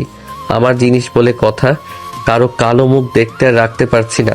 ভাবি, মুখ সামলে কথা বলো শরৎ। আপনি একটু দেখে শুনে কথা বলুন ভাবি। আমি তিয়া নই, ভাইয়ের সংসারে শান্তি আনার দায় আমার নেই। আমার দিকে ইট মারলে পাটকেল খেতেই হবে। আমি তিয়াশার মতো মুখ বুজে সহ্য করে যেতে তো পারবো না। আপনি সম্পর্কে আমার বড়, অথচ ছোট বোন হলে ঠাটিয়ে 2 গালে 2টা থাপ্পড় মেরে সোজা মানুষ বানিয়ে দিতাম এমন অমানুষ থেকে। বাড়ির জামাই হয়ে অনেক বেশি কথা বলছো, অনেক বড় বড় কথা বের হচ্ছে মুখ দিয়ে। আমি না হয় বাড়ির খারাপ জামাইয়ের পরিচয় দিচ্ছি, কিন্তু আপনি তো পাড়ার কুচুটে মহিলাদের পরিচয় দিচ্ছেন। বাড়ির সবাইকে একসাথে নিয়ে কিভাবে সংসার করতে হয় সেটা তো আপনার মতো মহিলা জানবেই না। আপনি কিন্তু বেশি বেশি কথা বলছেন। আপনি নিজের মুখ সামলান। আমাকে যা বলেছেন। শরতের সাথেও খারাপ ব্যবহার করতে আপনার বাচ্ছে না। নিজেকে আর কত নিচে নামাবেন আপনি? আল্লাহর গজব আসবে আপনার উপর খুব তাড়াতাড়ি। ননদরা নাকি ভাবির সাথে ভালো থাকা কেড়ে নেয়, আর আপনি? ও আচ্ছা, ভাবি হিসেবে তো ননদের খারাপ করছিনি, ননদ হিসেবেও কি তাই করেন নাকি? আমার ভাই আমার সাথে সংসার কিভাবে করছে কে জানে? আপনার মুখের ভাষা যে কটা। কুলসুম বেগম জামাতা মেয়েকে ঠেলে বাহিরের দিকে এগিয়ে দিয়ে বললেন, আর কথা বাড়াস না বাবা, নতুন করে জীবন শুরু করতে যাচ্ছিস, দোয়া করি দুজনে খুব ভালো থাক, সবাই দেখুক তোরা দুজনে ভালো আছিস, খুব ভালো থাক তোরা। শরৎ উক্ত বিষয়ে আর কথা না বাড়িয়ে তিয়াশাকে উদ্দেশ্য করে বলল, তুমি মার সাথে এসো, আমি ব্যাগ গাড়িতে উঠিয়ে ফেলি। শরৎ বেরিয়ে যেতেই আলো মুখ বাঁকিয়ে বলে উঠল, দেখা যাবে মানুষের সংসার কতদিন টিকে। তিয়াশা দাঁড়িয়ে গেলে কুলসুম বেগম কিছু না বলে ইশারা করলেন, কিন্তু তিয়াশা সেটা না করে আলোর দিকে তাকিয়ে মুস্কি হেসে বলল, আপনাকে কিছুতেই মাফ করা যায় না ভাবি। এত কথার আঘাত আমি কিভাবে মাফ করব? আপনাকে দেখলেই আপনার খোঁচা দেওয়া কথাগুলো মনে পড়বে, কত গভীর হবে। আমার সংসার না টিকলে, শরৎ আমাকে আবার ঠকালে আমি এ বাড়িতে আর ফিরবো না। কিন্তু আমার সাথে কখনো আমার চেয়েও যদি খারাপ কিছু হয় তখন কি করবেন? আমি এখন এই মুহূর্ত থেকে চাচ্ছি আপনিও এরকম কোনো বিপদে পড়ুন আর বুঝুন আমি ঠিক কোন পরিস্থিতি পেরিয়ে এসেছি। কথাগুলো বলেই মুস্কি হেসে বাড়ি থেকে বেরিয়ে গেল তিয়াশা। শরৎ বাহিরে তিয়াশার জন্য অপেক্ষারত। চারিদিকে অন্ধকার নেমে পড়েছে। রাস্তায় কিছু দূর ফাঁকে ফাঁকে ল্যাম্পপোস্টের আলো জ্বলছে।